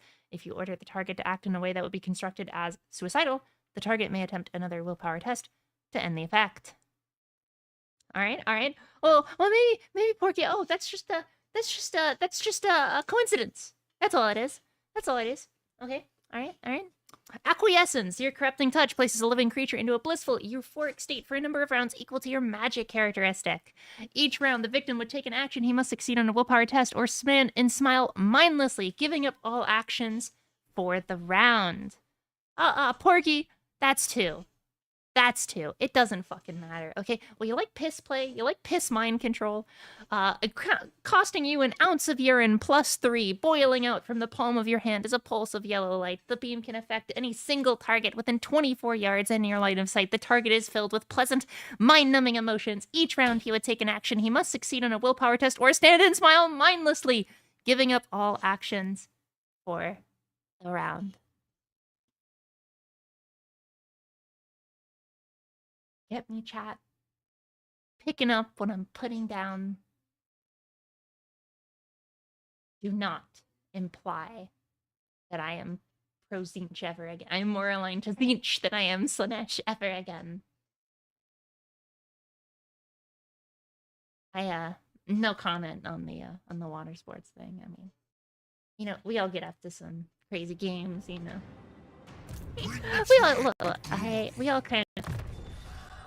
We all kind of go a little crazy in the heat of the moment, okay?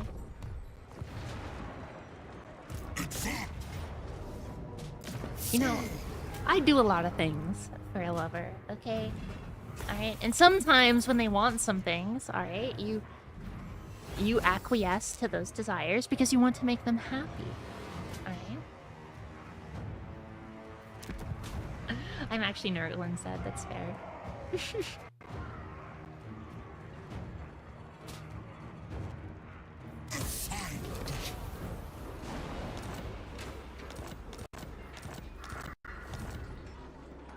I definitely want the Vollers for myself.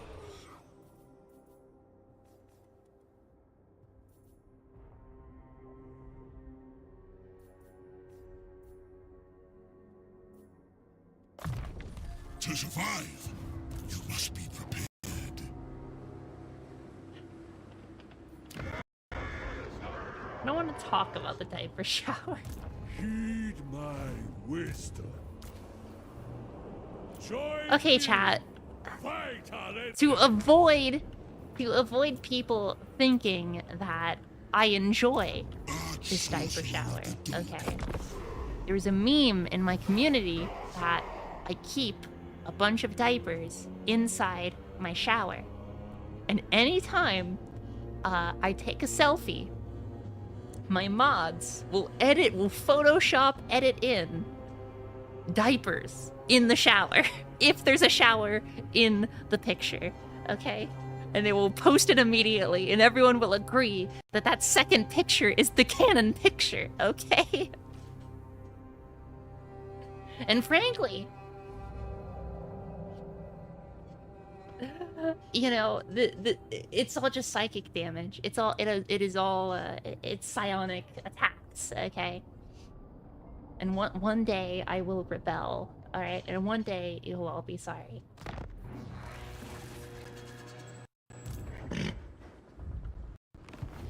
It will be done, servant of Yeah. the dark gods. Oh, From the cat is here again. We'll have it! I see the other side.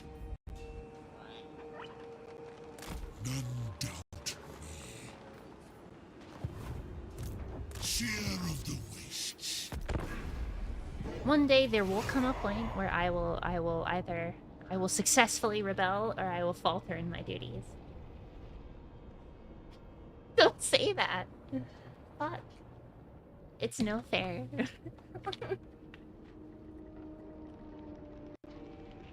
Anyway, chat, join the Discord. You know, hang out. Chat, have any of you played the Mountain Blade Bannerlord Sea expansion? It's good. Or is it good? That's my question.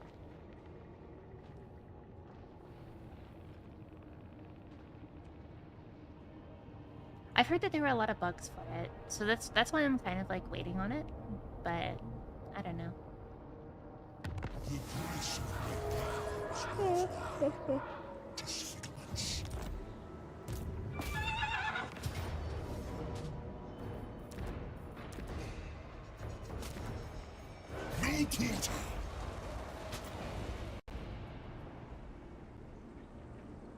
Quickly. Okay, cool. Oh yeah.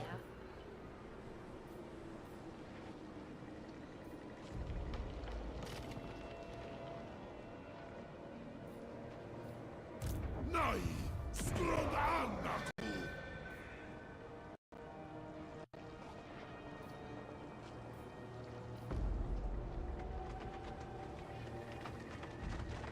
Oh shit, so I can just pop Despoilment and then spend 50 control to just instantly get 3,000 gold? It's really fucking good.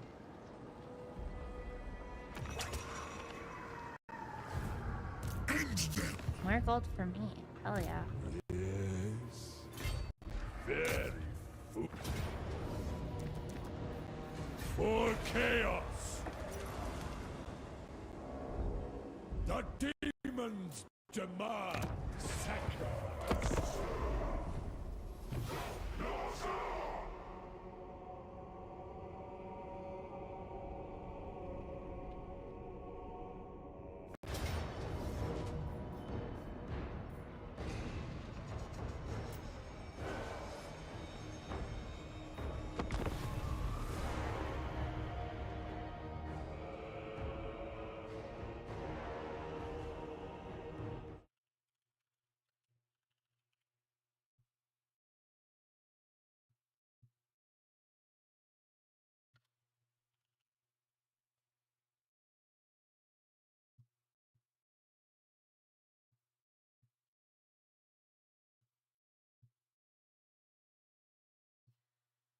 Look, okay.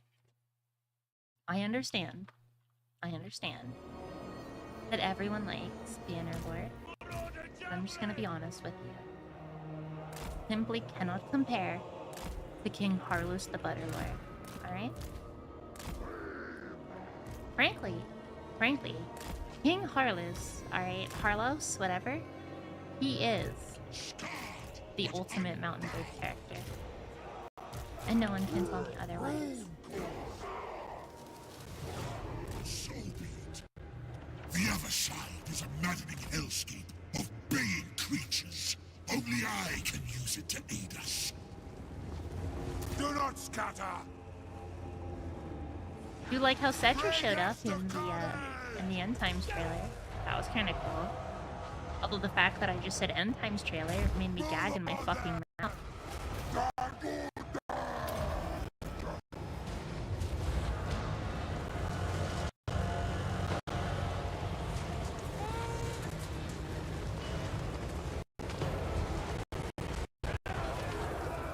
God, it's just great when your game just lags awfully. Ready to fight! Shandashan! Ready to fight! Weapons ready! End Times pretty much is a fanfic. I will agree with this assessment. Like 100%.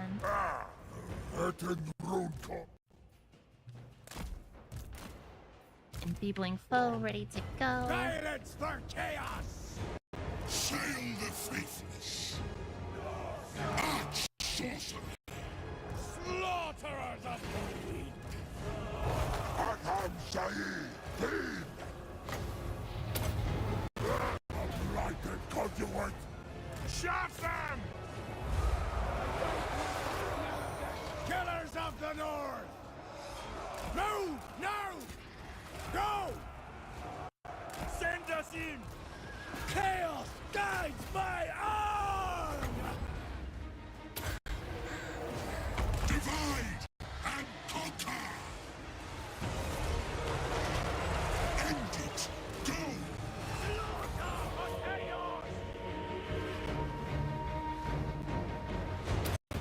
From the heavens to the shadows.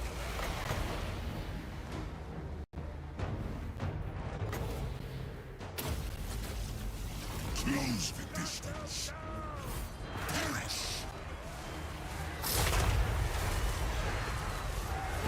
Faster.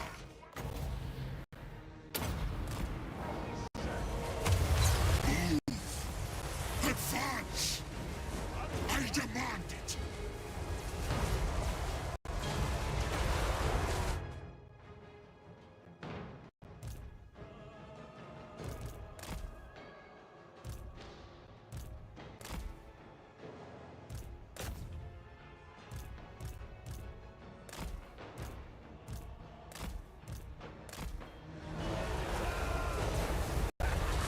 Chairman of Earthsnow!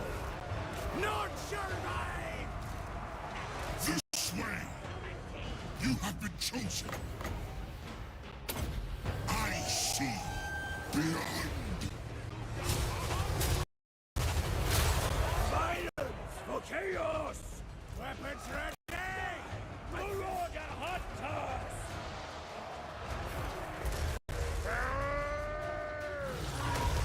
Command us! We fight! 7-7! Out of curiosity, what is the moment in the End Times you despise more than any other? Marauder javelin! Chaos marauder! There's so many moments, okay?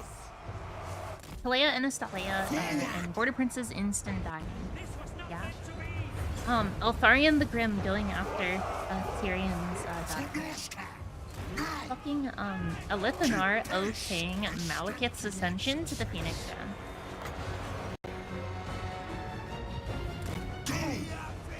Manfred's entire actions within End Times, including resurrecting Nagash, and things of that nature. This is the path. All the betrayals and the whatnot, I mean, obviously. Is immense. Forward.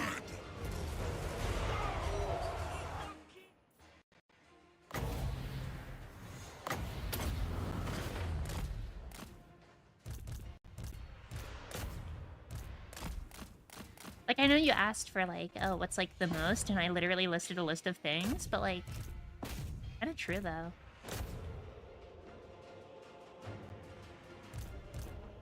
Hey, Ranger. Ranger, we're playing as the betrayal character. Quite literally. This is a Chaos Sorcerer who uses multiple winds of magic, but specializes in heavens and doesn't pledge themselves to any one god truly, and will constantly betray one god to do shit with the other god. Yeah, sound familiar? Advance! They will fall! Make it count! Show us a damn sight!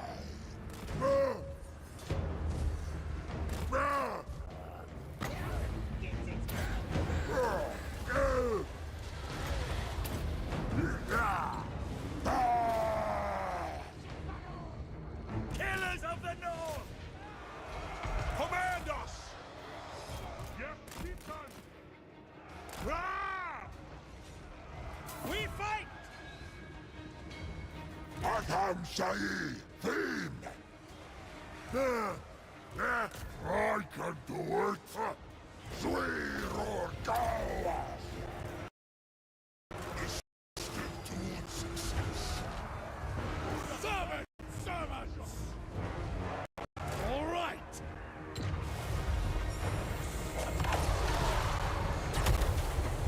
And yet he does, because the gods in Warhammer are not supposed to be monoliths capable of singular decisions. Force them back! So he does frequently make deals with foreign demons, and then betrays him later. Because he's the faithless. He's undivided. Push them back! Cut off In their the most literal sense of the word.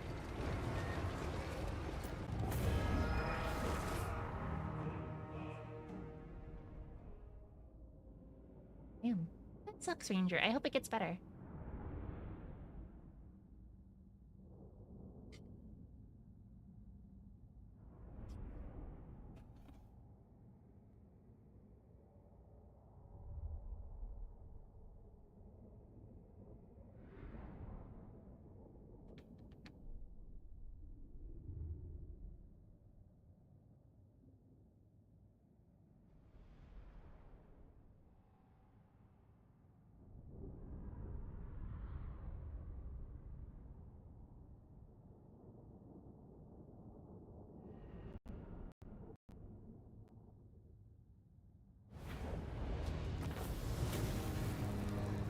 This is why, in demonology, one of the core aspects of actually interacting with demons comes down to binding the demon properly. Most demons can't break a properly bound octagram, for example. And most demons would rather not be bound. Or if a Zinchian mage managed to find a Cornet demon's true name, by using like a fluted tongue mutation, for example, something like that to be able to pronounce it, well then at that point, the demon's just putty in the sorcerer's hands. In the warlock's hands, I guess you could say. I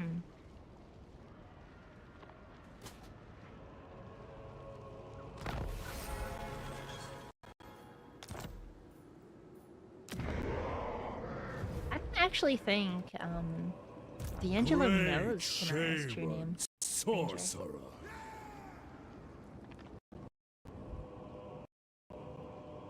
The voices speak and call for war. Avagras! Advance! Now! A surefire improvement. Make them fall!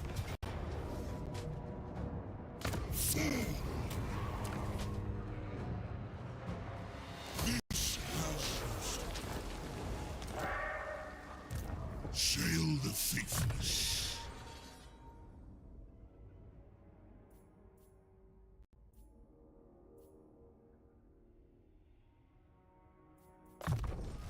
Greater means, greater ends.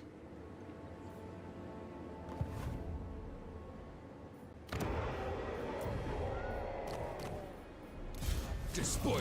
Car over here will be our little taxi service. And he's gonna recruit our chieftains and our trolls. So by the time we get back from Granite Spikes, we'll have some champions and trolls waiting for us. Why use the whims when a knife works just as well? Well, I mean, in the art of demonology, only a fool will try to summon a demon without binding them first.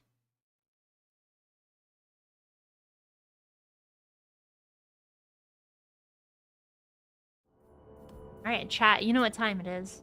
Time for negotiations. Ooh. Okay. Alright. Chat. I can give him back the Villery, and in exchange, he'll become my vassal. Should I accept this trade, or should I finish him off?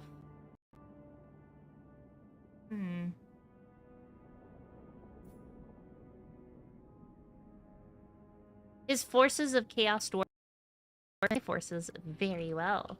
Specifically, being able to recruit Chaos Dwarf warriors, the blunderbusses, and the artillery. It's tempting. Can I trade a lesser settlement like the Fortress of Ice? No.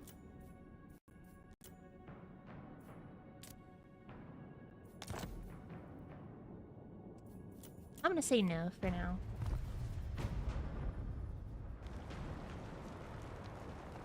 Maybe I can turn Iron Storm and Bloodwind into Chaos Altars, and then at that point I will try again.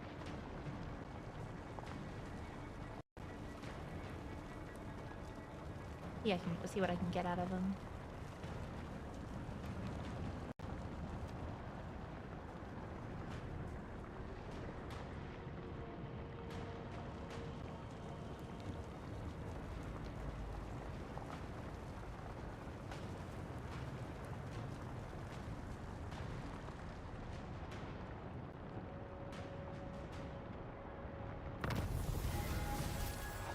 Oh, we got Bjorg. Hell yeah. Georg best luck. Berserkers fight Ranger, do you remember Bjorg? You fought him in our first campaign. I know most of this game is literally just me literally hogging like a goddamn like soy pogging, just like you know, but like it's cool.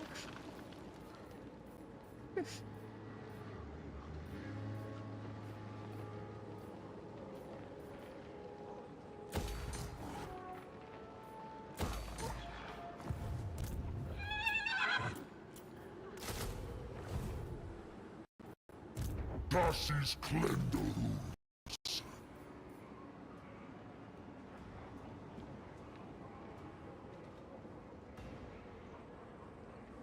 Steadily. I know, right? Set up an outpost. To be fair, Aluda had good intentions, okay? They didn't want to I die. will deal. Destroy them. Heed my wisdom. Oh, we can actually use Chaos Altars to recruit Chaos Warriors. Oh, fuck yeah. Still Rise and Mock God. Before the crude effigy, the berserkers grapple in madness into the fen, whence the tar-black corruption birth brutes of a deeper malice. That's kind of cool.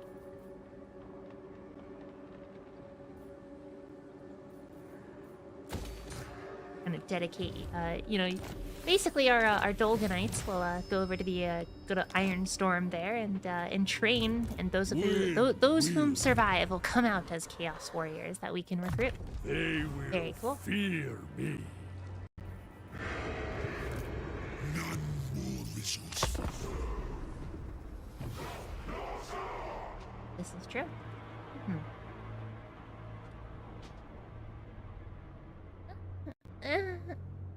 Fuck.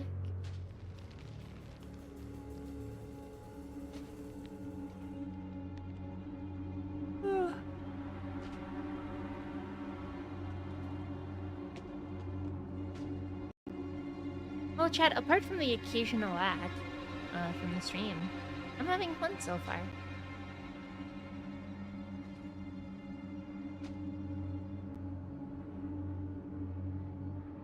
We do a little rant sonaing sometimes.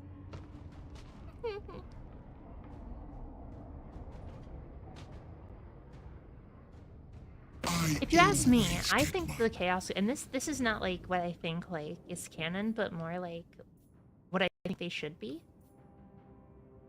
I think the Chaos Gods should not be treated as entities, as singular entities that have singular desires, right? Instead, I like to think of the Chaos Gods as essentially a group of spheres, and these spheres of influence may or may not interlap, right? So for Khorne, you have courage, blood, honor, the taking of skulls, etc., right? And if you have a number of, worshippers that worship only a singular sphere, they are functionally worshiping an entirely different god, which may have its own implications of belief.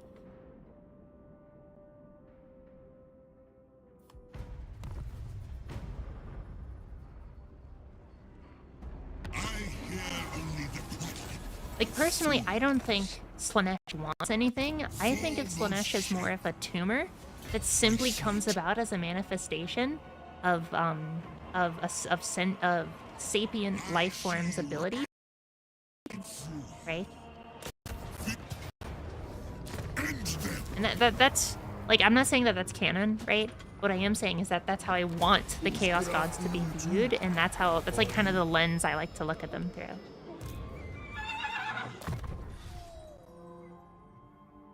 Sounds like thinking.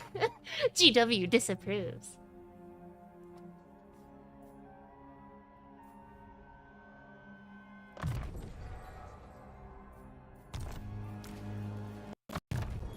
Oh, very much so. I see the other side. Chaos, like, so to be fair, there are a couple people in lore who do subscribe to this notion, but these are more characters who are undivided. All of the arms equally as a whole, right?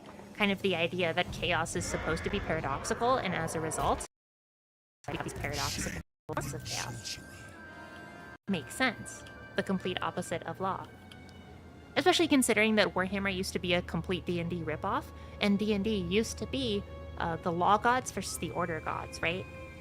And so that's why we originally had the law gods versus the order gods. But as Warhammer kind of came into its own and kind of acquired its own identity, right, the law gods started to die off, and the chaos gods kind of achieved a bit more prominence as more definably malevolent forces. I know things. So Not forces of nature. They are definitely supernatural. To call chaos a force of nature would be to imply that it's natural, and it's kind of by its own definition, right? It's not natural.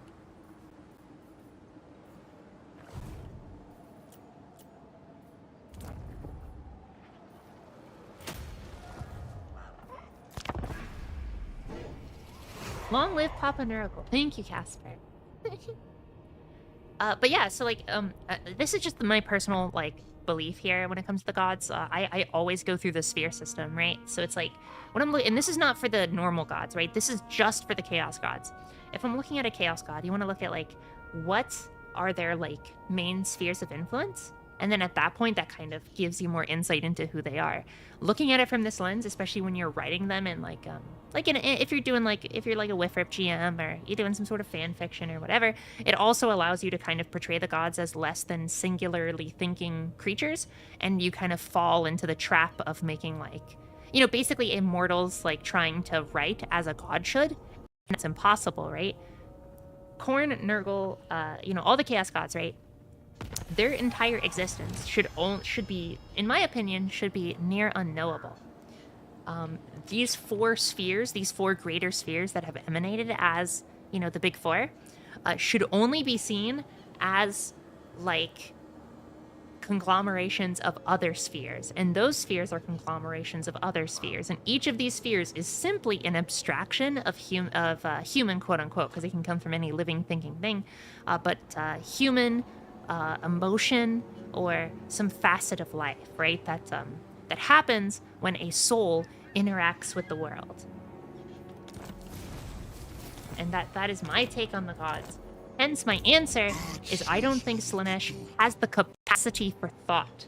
Slaanesh, in my opinion, is quite literally like a sleeping old one, right? They are something that is beyond our capacity. If you were to look upon Slaanesh, you would fucking die, right? Your brain, you'd go crazy, right?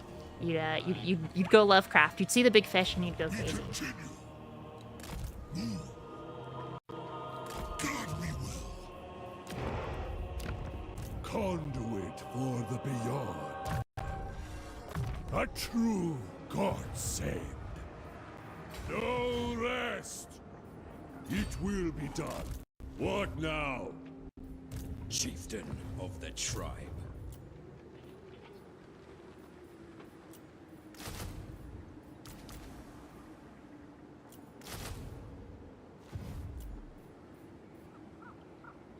What Chaos Gods do you most like? Personally, I enjoy Slaanesh. If I wanted to be like a meme, you know, it'd just be like, oh, you know, haha, degeneration, hypno, haha, right? Like that's kind of the meme I talked about earlier. But I really like Slaanesh specifically for the like the patron of the arts and the inspiration, right? You know, because Slaanesh is, he is, or she, or whatever they are, it is, right? As I said, it's not something I'd like to like put a definitive thing to. Slaanesh, I feel, is a god of excess, yes, but they are also a god of art, of inspiration, of all of these things, right? Yeah, I think that when you focus on a sphere of this god, so here's a great example, right? You have a Norskin settlement, right, or a Norskin little hut or whatever, and a ogre tribe comes down and they're like, all right, we're gonna fucking kill and eat your family. You as the Norskin, you pray to Khorne, you pray to the Hound or to Karnath, or it depends on your tribe, right? But whatever tribe you're in, you pray to your version of Khorne and you're like, hey buddy, help me out, please. And all of a sudden, you get this surge of energy, the surge of power, the surge of strength that allows you to tear through the ogre, the tiny clan of ogres, like you know, maybe 5 or 6 ogres, like an incredible feat, right? And after you are done, when you slump down into the snow and you're tired and you realize you've done it, you've worshipped a god you've worshipped this chaos god for a very positive reason, but you realize that you have lost something that you can never get back. The piece of your soul is gone, and now, slowly but surely, you will be incentivized to worship the other spheres of this god, right? A tiny piece of you has been replaced by this god's fellow influence. Whispers show me glimpses beyond the veil. It is it can be Your used for will good, but it is naturally this way. corruptive.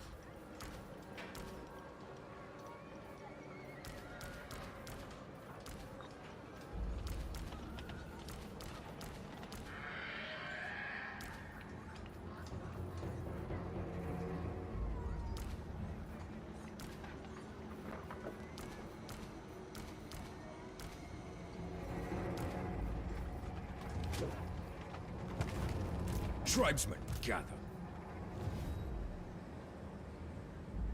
The price of my power was worth my disfigurements.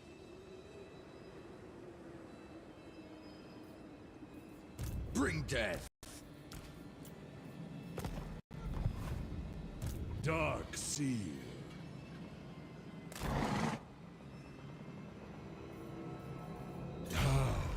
Warbound. Take what's theirs. I triumph where Storm King fainted. It's not that elves are weaker, or excuse me, it's not that worship of Slaanesh is worse as an elf. It's just that elves are much weaker to Slaanesh's influence because of their ability to feel emotions and to feel like just feelings at like a much higher level, right? And Slaanesh enjoys the excess of such things.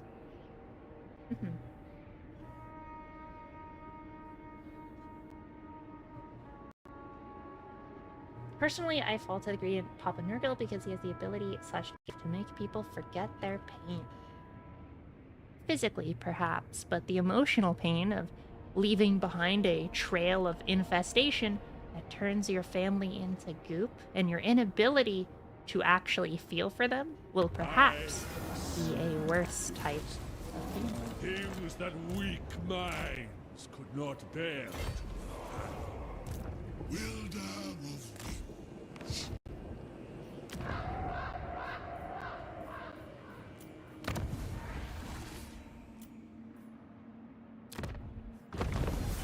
You have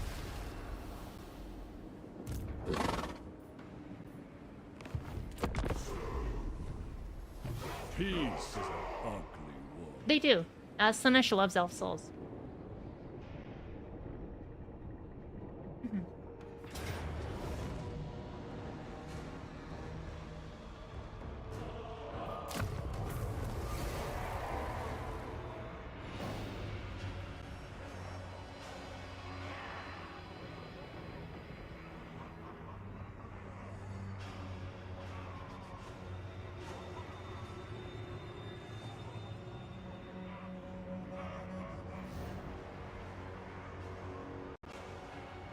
I guess after this very long conversation about my thoughts about the Chaos Gods is kind of one of the reasons why I really dislike when writers have these sorts of very singular, definable situations for the gods. When you see Khorne and it's like, yeah, he's just a dude sitting in a throne in like a brass citadel on a throne of skulls, I feel this lessens and cheapens his character, right? Instead, I'd like to imagine that as simply one aspect of Khorne. Like, Khorne can just be the rage you feel as well, right? He can manifest in that unholy fervor. bring the tribe group. No quarter. And this isn't canon. This is just more like wishes and sort of like how I would feel. Indeed. You know, just that sort of stuff, right? How I wish, or how I intend to view Chaos Gods, and what makes them interesting to me. Which is through that line. Do it.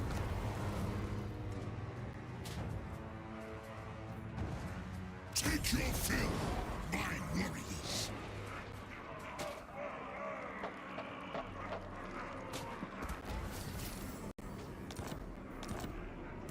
The voices conquer. Born of winter. Strength through war.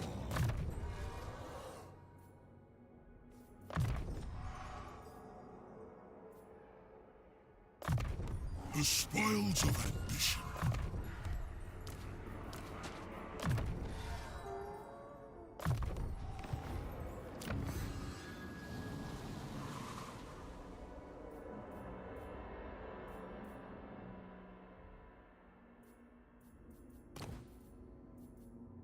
Oh, nice.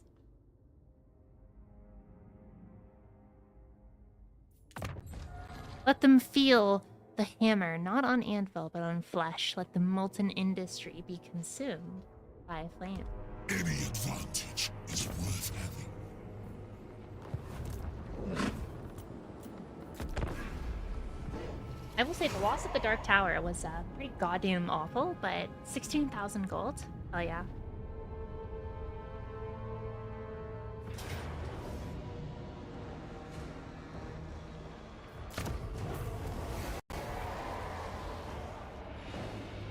Have you ever tried to combine hypnosis with Slanesh in any way?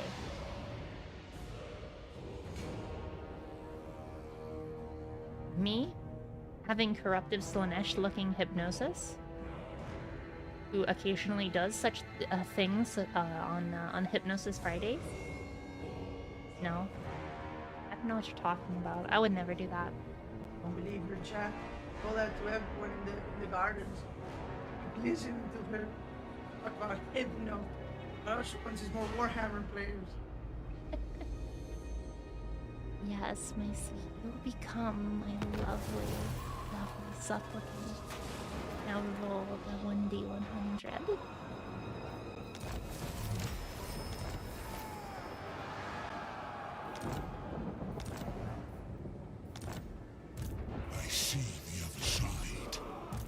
Wind Wielder.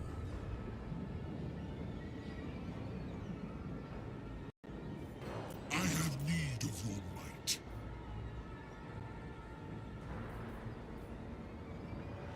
War is the journey and the destination.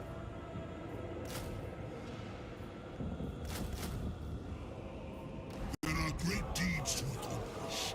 Together, our enemy shall rule the day. I am in agreement. Stoke the fire. Shaman sorcerer. Step by step, patience is a quality many lack. Seer of the wastes.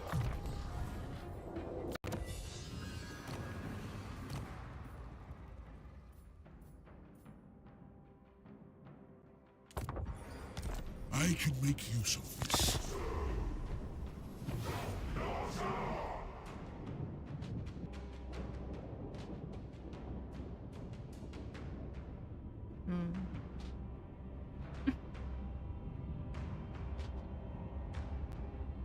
Look, Ultima, sometimes you just have to be a Slaanesh corrupted porkers. It's the rule. The law, even.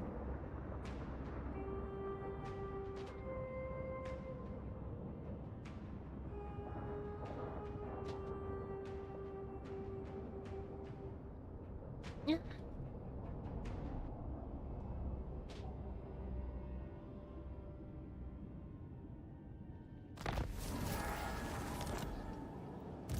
I know things. The auguries ascend. Heed my wisdom.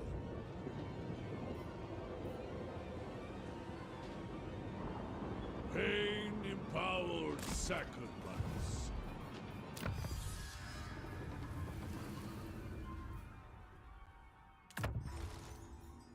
This shall tip the scales in my favor.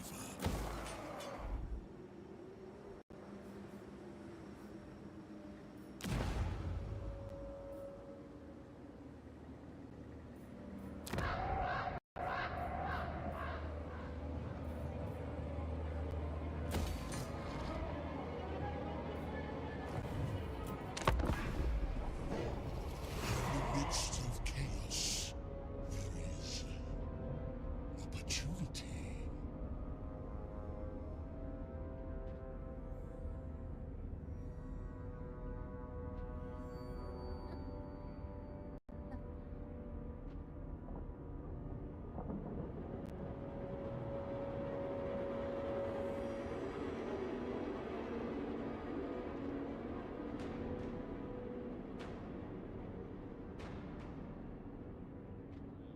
Also, notices it's JC. Why are we watching this stream when we can have Jack and JC? Well, I told you, it's all, I'm all baiting you.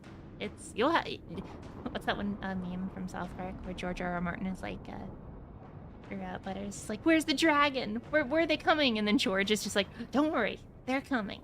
I should have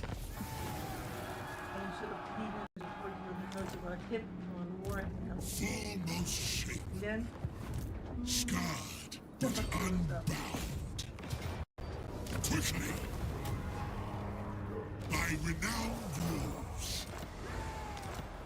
Well, I just lost all my progress on the Dark Tower. This is so fucking sad. The Chaos Dwarves will rule the Dark day. Seal. Feast and brawl, warriors.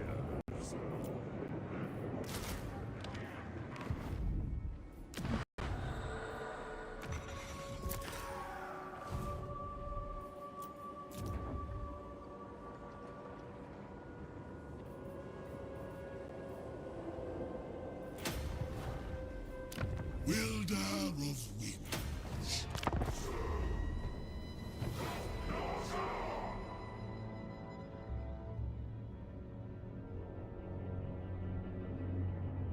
Come to beg?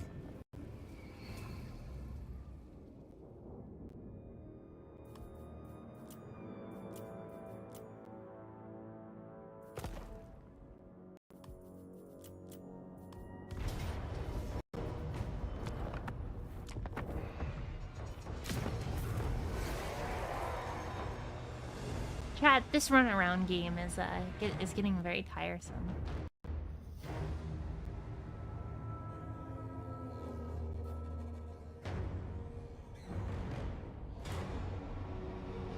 Still, I suppose it matters not.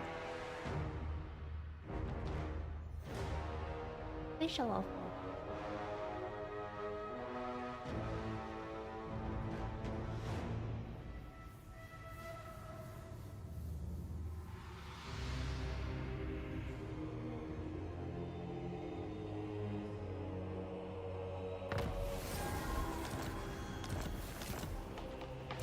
Harbinger of war.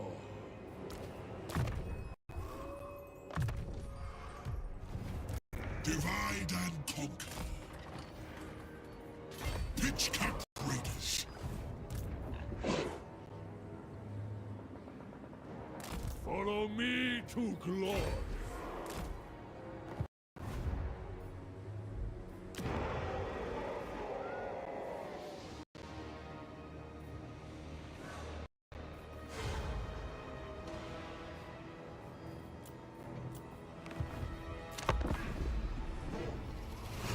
Forget those with scores against you.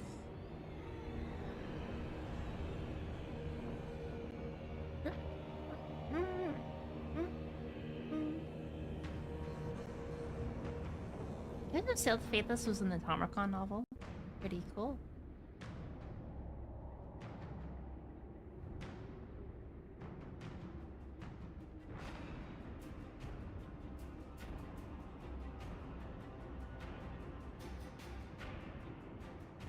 Finished Corrupted Maoying though.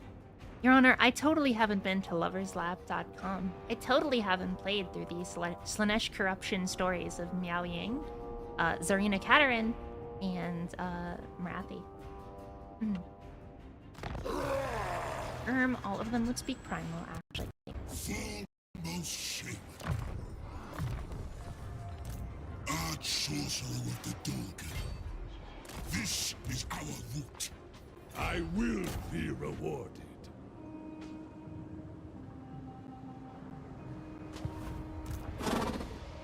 Move it.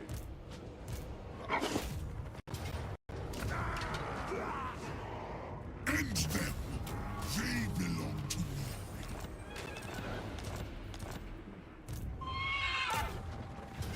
No quarter. Make them curse this day. Utter madness. Ah, my dark reward. To survive, you must do it.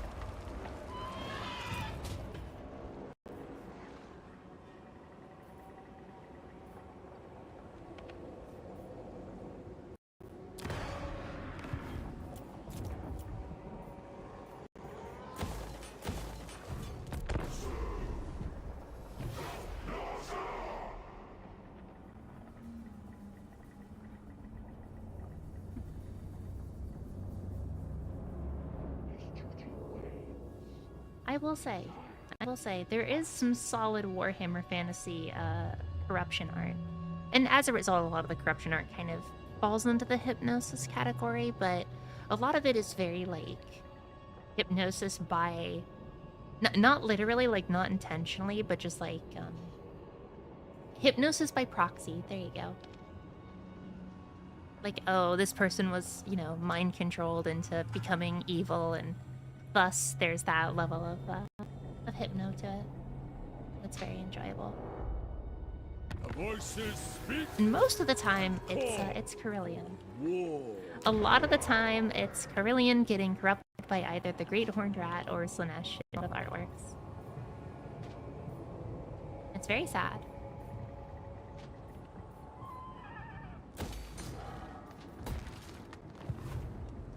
Victory is a...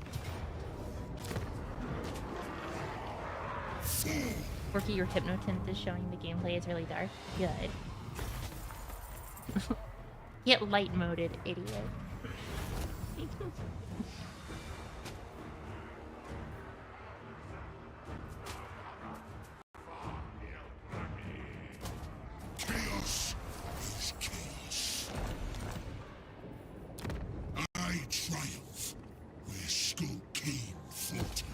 it only took 30 turns. Shaman sorcerer.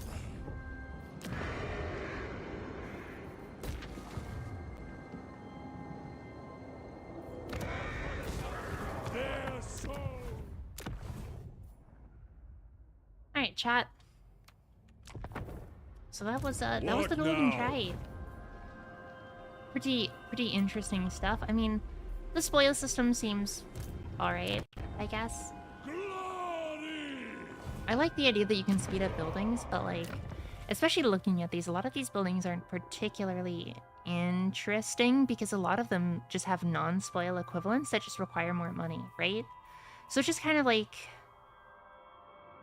I don't get it.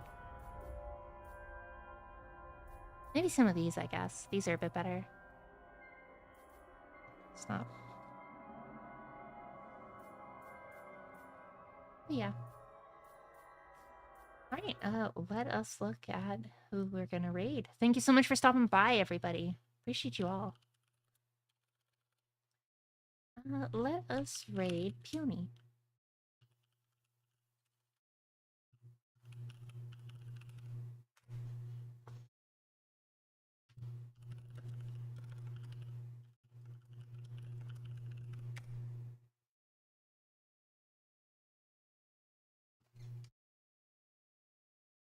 Alright, chat, I will see you guys later. Don't know when I'll be online next, but I will definitely be doing Warhammer on Sunday. I'll see you guys